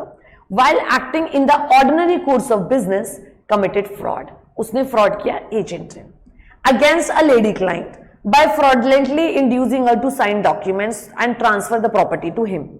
He had done so without the knowledge of principal, who was liable because the fraud was committed in the course of employment. आपने कहा मैम थोड़ा सा कहीं ना कहीं जस्टिस नहीं है प्रिंसिपल के साथ, परंतु आप ये भी तो सोचो अगर प्रिंसिपल को लायबल ना ठहराएं तो कहीं ना कहीं वन प्रिंसिपल एजेंट मिलके ये फ्रॉड करेंगे और हमेशा कह देंगे अरे हमें तो पता ही नहीं था, एजेंट की गलती थी। टू, थर्ड पार्टी के संग तो सबसे ज्यादा नुकसान हुआ है, तो उसके लिए तो कहीं ना कहीं हमें मदद करनी ही करनी चाहिए। सॉर्टेड। सो पहला हो गया आपका प्रिंसिपल एजेंट। आपने कहा मैम ओके, विकेरियस लायबिलिटी चल रहा है। नेक्स्ट हो गया इसी पैटर्न पे master servant, same pattern exactly. आपने कहा मैम ओके। थर्ड हो गया इंप्लॉयर एंड इंडिपेंडेंट कॉन्ट्रैक्टर। इसमें ना मैं आपको दो बातें बताऊंगी। इंप्लॉयर आपका नॉर्मली लायबल नहीं होता है फॉर द इंडिपेंडेंट कॉन्ट्रैक्टर। आप देखिए, इसको पढ़िएगा मेरे संग संग प्लीज जरूर से सब लोग। Employer is vicariously liable for the torts of his servants. Servants, employees, agents, उनके लिए तो लायबल है, but he is normally not liable for the torts of the independent contractor. Normally liable नहीं होता है, ये एक्सेप्शन की बात है।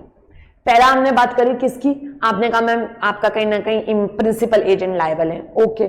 नेक्स्ट हमने बात की किसकी? मास्टर सर्वेंट लायबल है। कहो तो शॉर्टकट करवा दूं, सिंपल, मिस पिछली वाले उसमें प्रीवियस में, इसमें पा, आप पा कर सकते हैं बहुत आराम से। ये देखिए पा,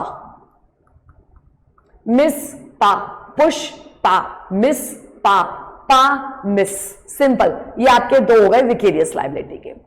प्रिंसिपल या आप कह सकते हो इंप्लॉयर और इंडिपेंडेंट कॉन्ट्रैक्टर नॉर्मली नहीं होते हैं, they are not liable for each other.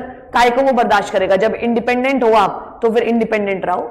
However in certain cases, ये देखिएगा, ये अगला चुड़ैल का आपका पॉइंट आ गया कहीं ना कहीं।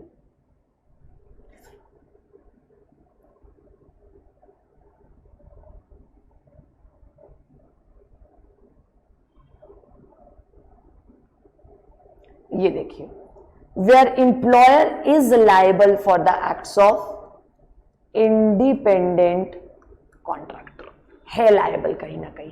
कब? नॉर्मली तो नहीं है, but it may happen in one of the following 3 ways. First, employer ने उसे ऑथराइज किया था टू डू टॉट, हो सकता है एक ही हो। Second, it is torts of strict liability. Best example Ryland versus Fletcher. उस केस में तो आपने कहा था ना, कईयों के तो दिमाग में अभी तक ये बात आ भी चुकी होगी, कह रहे मैम उसमें भी इंडिपेंडेंट कॉन्ट्रैक्टर था और कहीं ना कहीं फ्लेचर लायबल हो गया था। ये बात साफ साफ इन्होंने लिख दी यहां पे। और third, negligence of independent contractor, जो उस केस में हुआ था, तो इंप्लॉयर की लायबिलिटी आ जाती है। या तो वो नेग्लिजेंट है कॉन्ट्रैक्टर, या फिर कहीं ना कहीं इंप्लॉयर ने कहा है टॉट करने को, या स्ट्रिक्ट लायबिलिटी का केस है। तो इन 3 केसेस में कहीं ना कहीं आपके आएगा किसकी लायबिलिटी? इंप्लॉयर की। कौन कौन से केस? इंप्लॉयर ने कही है, नेग्लिजेंट है कॉन्ट्रैक्टर, या स्ट्रिक्ट लायबिलिटी है।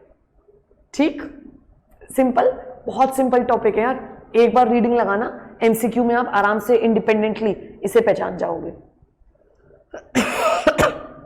नॉर्मली मैंने आपसे कहा ही है कि इंप्लॉयर लायबल नहीं होता है। केस स्टडी आप छोड़ सकते हैं, और फिलिप्स वर्सेस ब्रिटानिका की नॉट रिक्वायर्ड एज सच। आपने कहा मैम ओके, वेरी गुड। ये सुनिएगा, मस्त केस स्टडी है, मस्त केस स्टडी है। और ये इंप्लॉयर इंडिपेंडेंट कॉन्ट्रैक्टर की आप समझ लीजिए है, और नहीं भी है, उसमें वो वर्कर था। क्या हुआ, एक बंदा था, वो पूरी की पूरी लॉरी लेके जा रहा था पेट्रोल से भरी हुई। आओ देखो तो सही, मतलब आप ये देखो लोग कितने बेवकूफ होते हैं, निहायती बेवकूफ। The director of a petrol lorry while transferring the petrol from the lorry to the underground tank। Petrol pumps में आपने को पता होगा ना कि नीचे होता है टैंक पूरा का पूरा, और वो लॉरी में लेके आया था पूरा पेट्रोल और वो उसको ट्रांसफर कर रहा था। अब सुनना, बात खत्म नहीं हुई है। He struck a matchstick in order to light a cigarette। क्या बोलूं, मतलब उस आदमी को वहीं बीड़ी पीनी थी, पूरा पेट्रोल से आसपास चारों सब लगा हुआ है, साफ साफ लिखा होता है पेट्रोल पंप पे, माचिस सिगरेट कुछ नहीं जलनी चाहिए। माचिस जलेगी तभी तो सिगरेट जलेगी, हाँ, पर कुछ भी नहीं जलना चाहिए। There should be nothing inflammable around, क्योंकि petrol is such an inflammable thing, right? Hit and then through it. Cigarette पी, माचिस नीचे फेंकी और छोड़ दी। भाई साहब, मतलब मेरे कहने की भी जरूरत नहीं है, आप सोच के बताइएगा क्या हुआ होगा। ऑब्वियसली आग लग गई। एंड इट वाज सेड, ये जो ड्राइवर का जो काम था या जो भी आप समझ लो, उसके मालिक की भी इसमें गलती मानी जाएगी। और पता नहीं कैसे बच गया वो ड्राइवर, परंतु द मालिक was held responsible in this case. ठीक है, मस्त case study. Century insurance company, century मार ली उन्होंने। ठीक है, क्लियर है अपने को। सो विकेरियस लायबिलिटी हमने बहुत कम तरीके की पढ़ी, छोटा सा टॉपिक था। हमने सबसे पहले बात करी पा, प्रिंसिपल एजेंट, मिस, master servant. Third fourth point employer contractor के थे, इंप्लॉयर कॉन्ट्रैक्टर के। इंप्लॉयर और इंडिपेंडेंट कॉन्ट्रैक्टर की अगर बात की जाए तो नॉर्मली इंप्लॉयर लायबल नहीं होता है, बट इंडिपेंडेंट कॉन्ट्रैक्टर के 3 केसेस में इंप्लॉयर लायबल होता है। फर्स्ट, इंप्लॉयर ने खुद कही है टॉट करने को। सेकेंड, नेग्लिजेंटली काम किया है कहीं ना कहीं कॉन्ट्रैक्टर ने। And third, strict liability Ryland versus Fletcher का एग्जाम्पल है, तो इंप्लॉयर की लायबिलिटी होती है। अगर सब कुछ ठीक है तो इंप्लॉयर की लायबिलिटी नहीं होती है। आपने कहा मैम ओके। और लास्ट बात आ गई है हमारे टॉपिक की almost, vicarious liability of the state. The state का मतलब मैं आपको बता चुकी हूं, इट मींस द गवर्नमेंट। कब गवर्नमेंट की लायबिलिटी आ जाएगी कहीं ना कहीं? आपने कहा मैम क्यों आ जाएगी? बिकॉज देयर आर 3 प्रिंसिपल्स, और इन्हें ना याद करना बहुत आसान है। कह रहे हैं मैम हम कैसे याद करेंगे? आपको कोई जरूरत नहीं है पूरा पूरा नाम याद करने की, कोई जरूरत नहीं है। आपको मस्त शॉर्टकट करा रही हूं, अगर इससे मदद मिले तो मुझे जरूर बताना, और वो तो तभी मिलेगी जब आप वीडियो पूरा देखोगे। QRS, back to back alphabets, क्वी फेसेट पर एलियम फेसेट, रिस्पोंडेंट सुपीरियर, सोशलाइजेशन ऑफ कंपनसेशन। कह रहे हैं मैम कैसे हमें डिटेल में करना है? बिल्कुल नहीं, आप बस हल्का हल्का सा पढ़ लेना। रिस्पोंडेंट सुपीरियर, प्रिंसिपल को लायबल ठहराओ। He who acts through another does it himself, it means आप किसी और से काम करवा रहे हो तो मतलब बिल्कुल वही हो गया कि आप खुद ही कर रहे हो। एंड सोशलाइज, सोशल मैटर है आपका, कहीं ना कहीं आपको कंपनसेशन देना ही देना पड़ेगा। आपने कहा ओके मैम, ठीक है, बिल्कुल ठीक बात है, सॉर्टेड। आपने कहा ठीक है, गवर्नमेंट को लायबल ठहराने वाले हैं। किसको ठहराने वाले हैं? गवर्नमेंट को। किन 3 वजहों की वजह से हम गवर्नमेंट को लायबल ठहरा रहे हैं? आपने कहा मैम पहला क्यू, दूसरा आर, तीसरा एस। QRS, QRS। आपने कहा मैम याद कर लेंगे। सोशल मैटर, हमें क्वेसी फेसेट वाली बात करनी है, और let the principal be liable, रिस्पोंडेंट एम्प्टी, और आपने सुपीरियर, ठीक है ना, सॉर्टेड। गवर्नमेंट ऑफ इंडिया कह लो, गवर्नमेंट ऑफ स्टेट कह लो, उसे हम सीयू भी कर सकते हैं, वो भी हम सीयू कर सकते हैं। आपने कहा मैम ठीक है। 3 प्रिंसिपल्स हैं vicarious liability of the state के। किसके? Vicarious liability of the state, यानी गवर्नमेंट की तरफ से 3 प्रिंसिपल्स। QRS। कोई पूछे एमसीक्यू में 4 ऑप्शन में से 3 सही होंगे, ये तीनों सही होंगे, चौथा वाला बाहर निकाल देना। आपने की मैम वाह भाई वाह, हम तो सोच रहे थे ये याद करना पड़ेगा, हमें याद नहीं होगा। क्यों करना है? तुम बस शब्दों को देख लो, एमसीक्यू में पहचान जाओगे। QRS, कोई फेसेट वाला, रिस्पोंडेंट वाला और सोशलाइजेशन वाला, हो गया। यानी गवर्नमेंट की लायबिलिटी हम ठहरा रहे हैं। सॉर्टेड? कह रहे हैं यस मैम। अब ये हो गया टॉपिक हमारा कंप्लीट। आपने कहा मैम अब क्या बचा हमारे पास करने को? अब हमारे पास आए किस तरीके के टॉट्स कवर किए जाते हैं अंडर दिस पर्टिकुलर चैप्टर। आपने कहा मैम क्या क्या कवर किया जाता है? सबसे पहले कवर किया जाता है बैटरी। बैटरी के संग ना मैं आपके संग अगला वाला टॉपिक भी जो नेक्स्ट है असॉल्ट, वो भी साथ ही कराए जा रही हूं। एक्चुअली ना बैटरी और असॉल्ट बहुत क्लोजली निटेड टॉपिक्स हैं आपके, ठीक है, बैटरी और असॉल्ट। आपने कहा मैम ठीक है। बैटरी में आप किसी को धमका रहे हो या उसको महसूस करा रहे हो कि आप उसके संग गलत कर दोगे, ये आप कोशिश कर रहे हो। ये जरूरी नहीं है कि आप उसे वाकई में बहुत हार्म करो। हो सकता है आपने उसे सिर्फ धक्का में मारा हो। कह रहे मैम ये तो हम अक्सर करते रहते हैं, अपने दोस्तों के संग कर देते हैं हम, ये तो गलत है, टॉट है।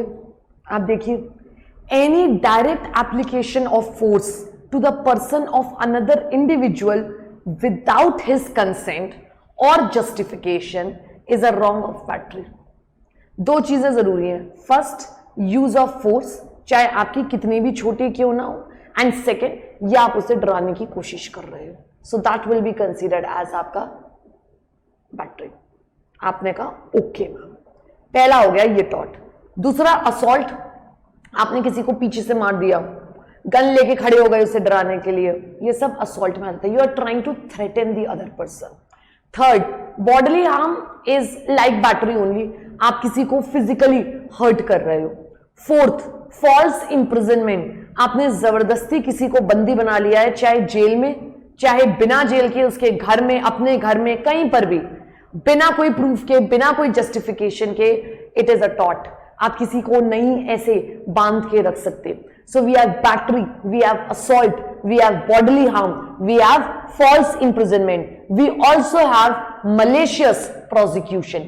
malicious prosecution का मतलब है आपने किसी पर्सन के अगेंस्ट में झूठा केस, नकली केस, फ्रॉडलेंट केस फाइल कर दिया है, और इसको वो सामने वाला बंदा टॉट कंसीडर कर सकता है अगर ये फॉलोइंग कंडीशंस फुलफिल हो।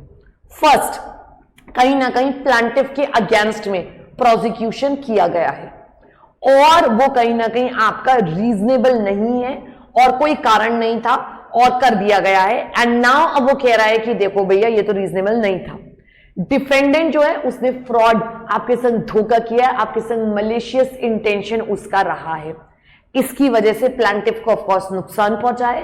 एंड इनफैक्ट जो पहला वाला केस फाइल हुआ था उसमें प्लांटिफ ही जीता है, उसी के फेवर में आया है। देखो यार, सबसे पहले प्लांटिफ के अगेंस्ट में केस हुआ, उसका कहीं कोई रीजन नहीं था, वो फ्रॉड मलेशियस प्रैक्टिस की वजह से किया गया, कहीं ना कहीं इसकी वजह से नुकसान पहुंचा, डैमेज हुआ, एंड ऑब्वियसली वो जीत भी गया। अब वो पलट के केस करेगा आपके ऊपर। This is what we are talking in malicious prosecution. क्या हमें ये बात समझ में आती है?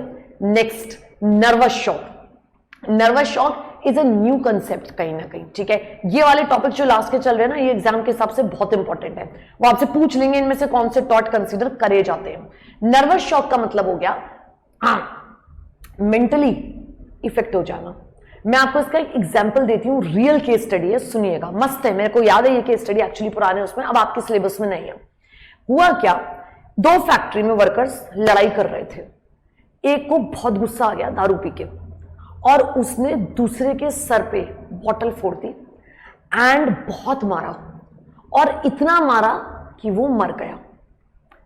ये बात नहीं है, मर्डर की बात नहीं हो रही भाई साहब। वहां पे एक फीमेल वर्कर थी, उसने ये सब होते हुए देख लिया। Because of the shock she went into coma permanently. आपने कहा ओ माय गॉड, उसके घर वालों ने क्लेम किया। अब जो बंदा था जिसने मार दिया, उसने कहा मैंने तुम्हारी उसको बीवी को तो इना मारा है भाई, मैंने तो कुछ किया ही नहीं है। But it was considered as टॉट because she got in to trouble seeing your such kind of activity, you brought danger for her, that's a nervous shock. So सिर्फ बॉडीली हार्म, सिर्फ बैटरी असॉल्ट कवर नहीं होता, even nervous shock भी आपका cover किया जाता है। Next, defamation, very important topic.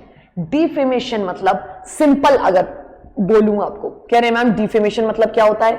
किसी की इज्जत का फालूदा करना। इज्जत, इज्जत कैसे लिखेंगे यार? इज्जत का फालूदा, ओके मैम, इज्जत का फालूदा। और ये दो तरीके के होते हैं, लिबल एंड स्लैंडर। साथ में बोलेंगे मेरे क्या क्या words? Libel and slander.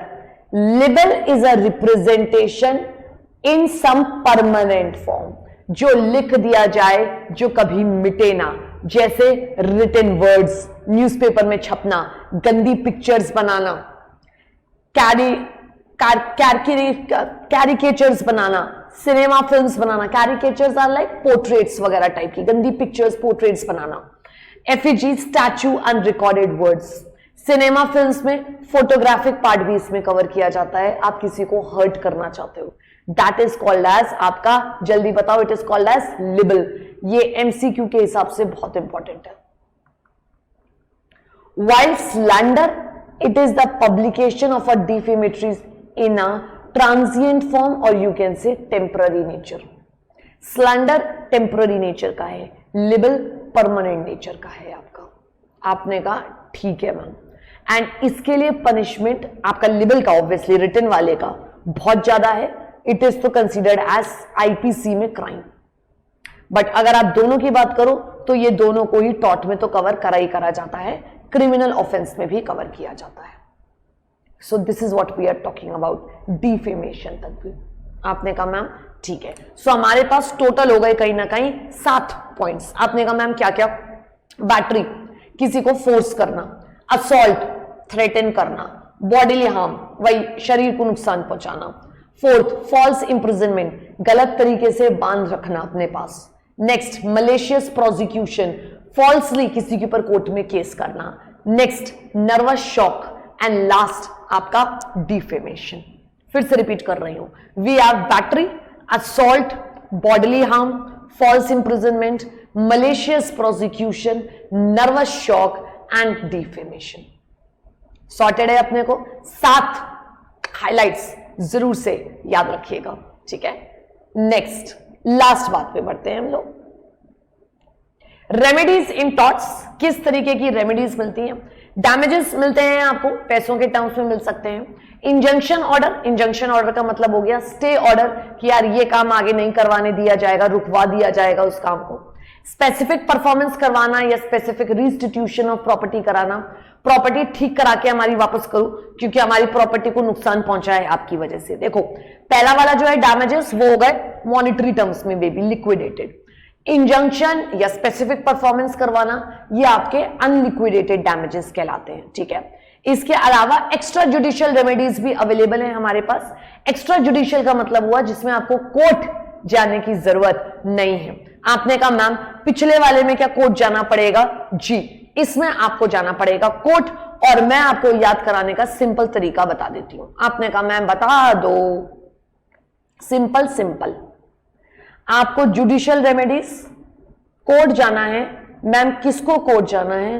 Wake up said तू कोर्ट चल, वेकअप सेड तू कोर्ट चल, सिड भाई कोर्ट चलो। सिड भाई सिद्धांत भाई, आप सिद्धांत बैच के सिड वर्ड से याद कर सकते हो कि यार कोर्ट जाना है, जुडिशियल रेमेडी लानी है। क्या क्या 3 चीजें? Specific restitution of property, injunction order या डैमेजेस। और अगर हम कोर्ट नहीं जा रहे हैं, याद हो जाएगा? जरूर से हो जाएगा मैम। एक्स्ट्रा जुडिशियल रेमेडीज यानी आपको कोर्ट जाने की जरूरत नहीं है, ये आप खुद से भी कर सकते हो। कह रहे मैम खुद से कैसे? बड़ा सिंपल है, सेल्फ डिफेंस। कह रहे मैम नाम से ही समझ में आ रहा है ये तो, और क्या? Self defence. अगर आपके संग कोई क्या कर रहा है, बैटरी, असॉल्ट, आप ऑब्वियसली सेल्फ डिफेंस कर सकते हो, इसके लिए कोर्ट जाने की क्या जरूरत। Next, prevention of trespass. Trespass मतलब जो जबरदस्ती आपके घर में घुसा चला आ रहा है, राइट? लिखा नहीं होता है डू नॉट क्रॉस, वो वाला। आप बंद करवा दो, आप अपनी दीवार ऊंची करवा दो। अगर आपको डर लगता है कि शेर आ जाएगा तो आपने रोक दिया। तार लगा दो करंट वाले, आपने प्रिवेंशन कर लिया, अपने आप को बचा लिया। थर्ड, री एंट्री ऑन लैंड। अगर आपकी जमीन किसी ने हड़प ली है, छीन ली है, तो आप वापस घुसे चले जाओ। या तो किसी को अपनी जमीन पे आने से रोक दो या अपनी लैंड पे वापस चले जाओ। Next, recaption of goods. अगर किसी ने आपके गुड्स गलत तरीके से रख लिए हैं, वापस मांग लो, तो अपनी जमीन वापस मांग लो, अपने गुड्स वापस मांग लो। Abetment of न्यूएंसेंस। किसी भी तरीके से जो भी न्यूएंसेंस क्रिएट हो रहा है आप उसे हटा दो। लाइक जैसे मान लो लेट्स से शेर पाल लिया बगल वालों ने, ठीक है। How will you abate this nuisance? कह रहे हैं वाइल्ड लाइफ वालों को कॉल करेंगे और कहेंगे लेके जाए। एग्जैक्टली, आपने न्यूएंसेंस हटवा दिया। और लास्ट, डिस्ट्रेस डैमेज फीजेंट। ये यूज होता है जब कैटल वगैरह, गाय भैंस बकरी होती है ना, वो दूसरों की जमीन पे जब चली जाती है घास चरने के लिए, तब ये वाला पॉइंट हम यूज करते हैं, ये वाला वर्ड हम यूज करते हैं। आपने कहा मैम ठीक है, ये भी हम याद कर लेंगे। अगर इसका भी कुछ शॉर्टकट बता देती तो मजा आ जाता। बिल्कुल जी, ओके है, रेडी?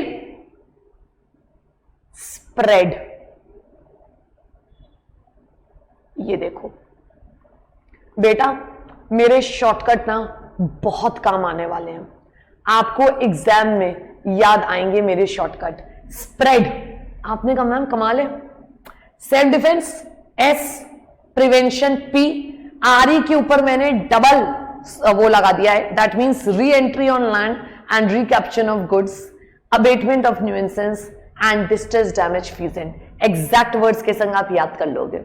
सो यहां हो गया आपका स्प्रेड, और पिछले वाले टॉपिक में हो गया सिड। सिड, स्प्रेड, मस्त।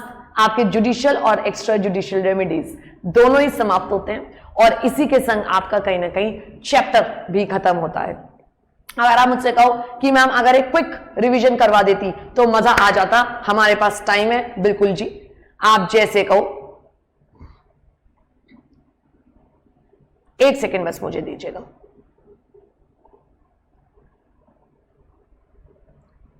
ऑलराइट, हमने किया था यहां से 10 मिनट के आखिरी रिवीजन। जल्दी जल्दी मेरे संग रिवाइज करते जाएंगे, फुल एनर्जी के संग मुझे आपका रिवीजन चाहिए। आपने कहा मैम ओके, द वर्ड टॉट derives from the word Tatum, जिसका मतलब होता है रॉन्ग, और आज की डेट में इसका मतलब होता है civil wrong. Torts, all torts are civil wrongs, but all civil wrongs are not torts. There are two types of wrongs, civil and criminal. Tort में सिर्फ सिविल वाले कवर होते हैं. There can be two more wrongs, that's public and private. तो वो दोनों ही आपके यहाँ पे कवर किए जा सकते हैं. सिविल रॉन्ग वाली definition 2M of limitation act 1963 में आया करती थी. नेक्स्ट बात उसके बाद हमने जो बहुत इंपॉर्टेंट करी कि मैम हम कैसे पता करेंगे कि टॉर्ट है. फर्स्ट, गलत एक्ट, रॉन्गफुल एक्ट होना चाहिए. सेकेंड, कहीं ना कहीं उस चीज का लीगल डैमेज बनता हो. एंड थर्ड, उसके लिए कुछ ना कुछ रेमेडी अवेलेबल होनी चाहिए. बहुत इंपॉर्टेंट बात है, wrongful act, legal damage and कहीं ना कहीं आपके पास कुछ रेमेडी है. आपने कहा मैम ठीक है, ये बात हम समझ गए. Followed by that, we did two topics, that was damnum sine injuria and injuria sine damno. Damage without injury and injury without damage.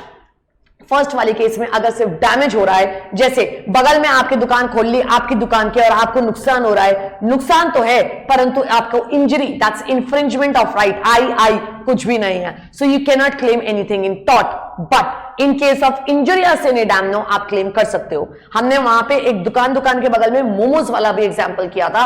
हमारे यहां आके आप मोमोज का थैला छोड़ गए थे, उन्हें अगर नुकसान हुआ है तो इसमें हमारी गलती नहीं है. वाइल इंजरी विदाउट डैमेज में जरूरी नहीं है डैमेज होता हुआ दिखे. जैसे अगर आपका वोट कैंसिल हो गया तो प्रैक्टिकली कोई फर्क नहीं पड़ेगा, but that's an infringement of a legal right. तो ये आपका इसमें कवर हो जाएगा. आपने कहा मैम बिल्कुल ठीक बात है. Followed by that, I said, is mens rea required in torts? You said no, ma'am. Mens rea means of guilty mind, and ये चीज हम चेक करते हैं क्रिमिनल मैटर्स में. टॉर्ट में फर्क नहीं पड़ता, क्रिमिनल है सिविल है कोई मैटर फर्क नहीं पड़ता. आप सोच रहे थे गिल्टी तरीके से या नहीं सोच रहे थे, doesn't matter. Torts and breach of contract में भी बहुत मेजर डिफरेंस है.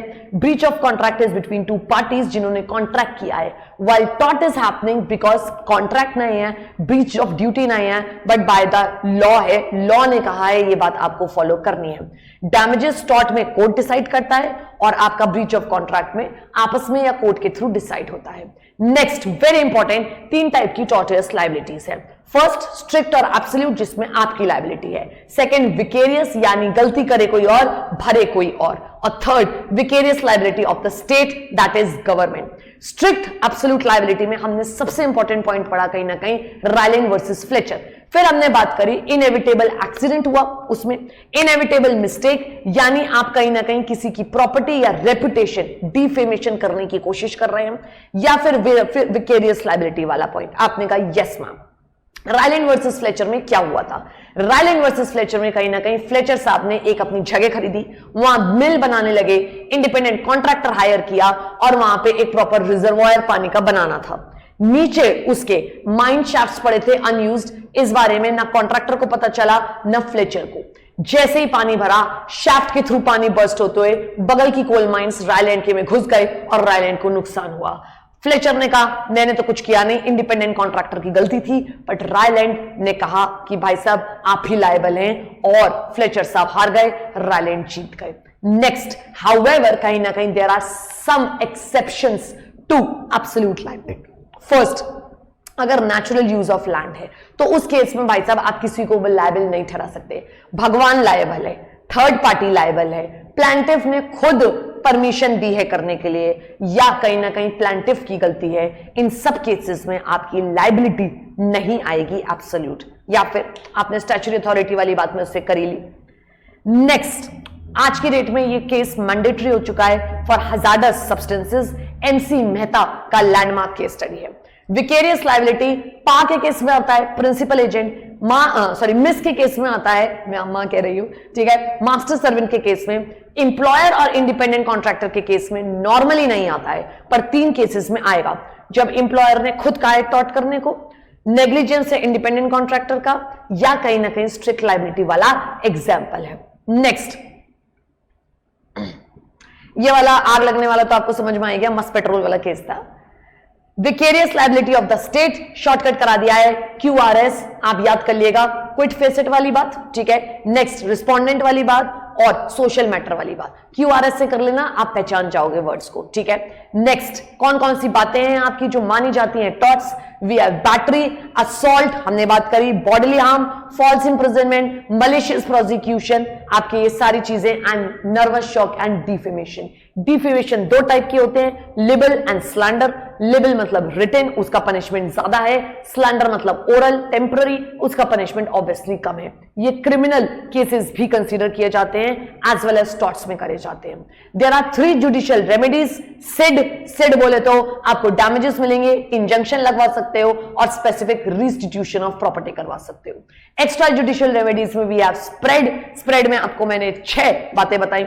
आप सेल्फ डिफेंस कर सकते हो, कहीं ना कहीं प्रिवेंशन ऑफ ट्रेसपास कर सकते हो, अपनी जमीन वापस ले लो, री एंट्री, अपने गुड्स वापस ले लो, recaption of goods, abatement of nuisance हटवा दो पूरी तरीके से, एंड डैमेज डिस्ट्रेस फीसेंट ये करवा दीजिए। यहां आपका चैप्टर खत्म होता है। मुझे जरूर से बताइएगा कैसा लगा, ढेर सारा प्यार भेजिएगा। ये नोट्स आपको ऑफ कोर्स मिल जाएंगे, शॉर्टकट्स भी बना लीजिएगा, मैं तो कहती हूं मस्त हो जाएगा। ऐसी शॉर्टकट्स तैयार करते करते हम एग्जीक्यूटिव में पहुंच जाने वाले हैं, right? All the best, lots of love to all of you, take care, bye.